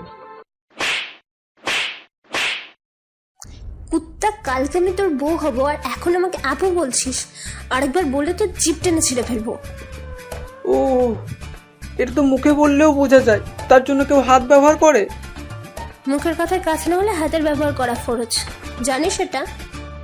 আগে না জানলেও এখন আপনার কাছে জেনে নিলাম। আচ্ছা, কিছু মনে করবেন না, একটা কথা বলি। আমি মাঝে মাঝে কনফিউজ হয়ে যাই। আপনি তো গন্ডি মেয়ে, যে কথায় কথায় মারেন, তাহলে মাঝে মাঝে এত রোমান্টিকতা কোথায় থেকে আসে আপনার মাঝে? আমার কথা শুনে অতটা হাসতে হাসতে বলল, এতদিন সিনিয়র গুন্ডি মেয়ের ভালোবাসা দেখছিস, এবার গুন্ডি বউয়ের ভালোবাসা দেখবি। আর অত্যাচার দেখছিস কি, এখন দেখবি গুন্ডি বউয়ের রোমান্টিক অত্যাচার। এখন বেশি কথা না বলে চল আমাদের মতামত জানিয়ে আসি। চলেন শুভ্র, চল বাবা চল। এতদিন গুন্ডি মেয়ের অত্যাচার সহ্য করেছিস, এবার গুন্ডি বউয়ের অত্যাচার সহ্য কর। কি বললি তুই? আমি গুন্ডি বউ? বেশি বললে এখনই কিন্তু শুরু করব। না না, আপনি তো লক্ষ্মী, শান্ত, ইনোসেন্ট একটা মেয়ে। দেখছেন কত বড় হারামি, নিজেই বলে গুন্ডি বউ হবে, আবার আমি বললেই তেলে বেগুনে জ্বলে ওঠে। তারপর আমি আর অধরা মিলে অধরার আব্বু আম্মুর রুমে যাই। সেখানে গিয়ে আমাকে দাঁড় করিয়ে অধরাই সব কিছু গড়গড় করে বলতে থাকে। জীবনে প্রথম দেখলাম কোনো মেয়ে নিজের বিয়ের কথা নিজেই আলোচনা করছে। আমাকে আগে থেকে কড়াভাবে হুঁশিয়ারি করা হয়েছে যে সব কথা শুধু হ্যাঁ হ্যাঁ করতে হবে, একদম না শব্দ উচ্চারণ করা যাবে না। তাই আমি খাম্বার মতো দাঁড়িয়ে কথায় কথায় শুধু মাথা নাড়িয়ে হুঁ হুঁ করি। মানুষ বলে বিয়ের পর ছেলেরা পরাধীন হয়ে যায়, কিন্তু আমি তো শালার বিয়ের আগেই পরাধীন হয়ে গেলাম। চোখের সামনে ভাসতেছে আমার অন্ধকার জীবন। তারপর পরিবারের সবাই মিলে সিদ্ধান্ত নিই কালকে একদম ঘরোয়া পরিবেশে বিয়েটা হবে। আমিও কোনো কথা না বলে শুধু হ্যাঁ বলে দিই। তারপর সেখান থেকে কথা বলা শেষ করে নিজের রুমে চলে আসি। আমি রুমে শুয়ে শুয়ে কালকে কী হবে সেটা নিয়ে ভাবছিলাম। আসলে আমার জীবনে আজ অবধি যা কিছু হয়েছে সব কিছুই হঠাৎ করেই হয়েছে, কোনো কিছু প্ল্যানিং করে হয় না। তবে আল্লাহর উপর এতটুকু বিশ্বাস আছে, তিনি যা করবেন অবশ্যই আমার ভালোর জন্যই করবেন। আমি যখন শুয়ে শুয়ে নানান চিন্তা করছি, তখনই অধরা আমার রুমে এসে বলল, এই যে মশাই, শুয়ে শুয়ে এত কি ভাবছেন? আজকের রাতটা কষ্ট করে এখানে কাটিয়ে দেন, কালকে থেকে দুজনের রুম একটাই হবে। কিছু ভাবছি না, আপনি এখন যান, আমি ঘুমাবো। হুম, ঘুমাও। আমি গিয়ে ঘুমাই, কালকে আবার রাত জাগতে হবে। যান তো, খালি ফাজলামি করেন। আমার কথা শুনে অতরা হাসতে হাসতে রুম থেকে বেরিয়ে গেছে, আর আমিও সব চিন্তা বাদ দিয়ে ঘুমিয়ে পড়ি। পরের দিন সকালে আমি একটু দেরি করে ঘুম থেকে উঠি, আর ঘুম থেকে উঠে দেখি বাড়ির পরিবেশটা বেশ অন্যরকম লাগছে। অধরার মামার বাড়ি থেকে কয়েকজন মানুষ আসছে, ও চাচা চাচিরাও আসছে, সাথে অধরার আরও কিছু ঘনিষ্ঠ আত্মীয়রা আসছে। আর সবাই দেখি আমাকে দেখলেই কেমন যেন মুচকি হাসে। আমার জন্য বিষয় একটু অস্বাভাবিক লাগছিল, তবে সব থেকে বড় কথা, ঘুম থেকে উঠে আজকে অধরাকে দেখিনি, আর আমিও ইচ্ছে করে তার রুমে যাইনি দেখা করতে। আর এভাবেই সারাদিন টুকটাক ব্যস্ততার মাঝে দিনটা পার হয়ে রাত নেমে আসে। সারাদিন অধরাকে দেখিনি। সন্ধ্যায় যখন আমাদের বিয়ে পড়ানো হয়, তখন থেকে অধরাকে অনেক সুন্দর করে বউ সাজিয়ে আমার পাশে বসানো হয়। আর একটু পরেই কাজী সাহেব বিয়ের সকল নিয়ম মেনে আমাদের বিয়েটা সম্পূর্ণ করে। বিয়ের পরে অধরার বাবা মা আমাকে অনেক বোঝায়। আগে যারা যাদের বড় আব্বু বড় আম্মু ডাকতাম, আজ তারা সত্যি আমার মা বাবা হয়ে গেল, ছোট নবাব হয়ে গেল নিজেরই ভাই। শুধু অধরা সিনিয়র আপু থেকে সিনিয়র বউ হয়ে গেল। তারপর সবাই মিলে একসাথে খাওয়া দাওয়া করে যে যার রুমে চলে যায়। অধরাকে ওর চাচি বউ সাজিয়ে বাসর ঘরে বসিয়ে আসে, আর আমাকে বলে রুমে যাওয়ার জন্য। তারপর আমি বেশ কিছুক্ষণ পরে আস্তে আস্তে অধরা রুমে প্রবেশ করি। আসলে নিজের কাছে কেমন যেন লাগছিল অধরা রুমে প্রবেশ করতে, তবুও বুকে সাহস নিয়ে ঢুকলাম। আর রুমে গিয়ে দেখি অধরা লম্বা একটা ঘুমটা টেনে খাটের মাঝখানে বসে আছে। আমি রুমে প্রবেশ করতেই সে খাট থেকে নেমে এসে আমাকে সালাম করে আবার গিয়ে ঘুমটা টেনে বসে পড়ে। এই মুহূর্তে আসলে আমার কি করা উচিত ঠিক বুঝতেছি না। ইচ্ছে করছে দরজা ভেঙে পালিয়ে যাই, তখন খাটে না বসে চেয়ারের উপর বসে পড়ি। আর এটা দেখে অধরা বলল, এই তুমি ওখানে কেন বসলে? আমার কাছে এসে ঘুমটাটা তুলে দেখো, কেমন লাগছে আমায়? প্লিজ আমাকে মাফ করে দিন, আমি এসব পারবো না। এই রুমে আমার জানি কেমন কেমন লাগছে, মনে হচ্ছে দম বন্ধ হয়ে আসবে। আপনি বরং শুয়ে পড়ুন, আমি আমার রুমে চলে যাই। আসলে অধরাকে বউ হিসেবে ভাবতে আমার কেমন যেন লাগছিল। আমি যখন এই কথা বলে রুম থেকে বেরিয়ে আসতে যাব, ঠিক তখনই অধরা পিছন থেকে আমার পাঞ্জাবি কলার ধরে টেনে বিছানায় শুইয়ে দেয়, আর নিজে আমার উপর শুয়ে রাগী কণ্ঠে বলল, আজকের রাতটা আমার কাছে অনেক স্পেশাল, তোমাকে নিয়ে অনেক স্বপ্ন দেখছি। আজকের এই রাতটা ঘিরে আমি আজকে আমার পূর্ণ স্ত্রীর মর্যাদা চাই, কোনো ছাড় দিব না। আর যদি কোনো রকম উল্টো পাল্টা করো তাহলে কিন্তু খবর আছে। আমি কিন্তু একটু সময় চাইছি। তোমার যত সময় দরকার তুমি কালকে সকালে নিও, কিন্তু এখন কোনো সময় দেওয়া যাবে না। এখন আমার দ্বারা কিছু করা সম্ভব না, আমি কিছু করতে পারবো না। আমার দ্বারা সব সম্ভব, আর যা দরকার আমি করব, তুমি জাস্ট দেখো। তখন দেখলাম অধরা হাতে মোবাইল নিয়ে কাকে যেন কল দিচ্ছে, আর একটু পরে কল রিসিভ হতে দেখি এটা তো অন্তরা। অধরাকে ভিডিও কল দিচ্ছে। তখন অধরা অন্তরাকে বলল, এই দেখ, আমার ভালোবাসা আমি নিজের করে নিয়েছি। আজকে থেকে শুভ্র আমার স্বামী আর আমি ওর স্ত্রী। এরপর যদি তোকে ওর আশেপাশে দেখি তাহলে তোকে জানে মেরে ফেলবো। এখন আমরা বাসর করব, কালকে কলেজে আসিস। আজকে রাতে শুভ্রের সাথে কি করি তোকে সব বলবো। একটা কথা মনে রাখিস, जो चीज़ मेरी है उसमें किसी का हक तो क्या, नज़र तक बर्दाश्त नहीं है।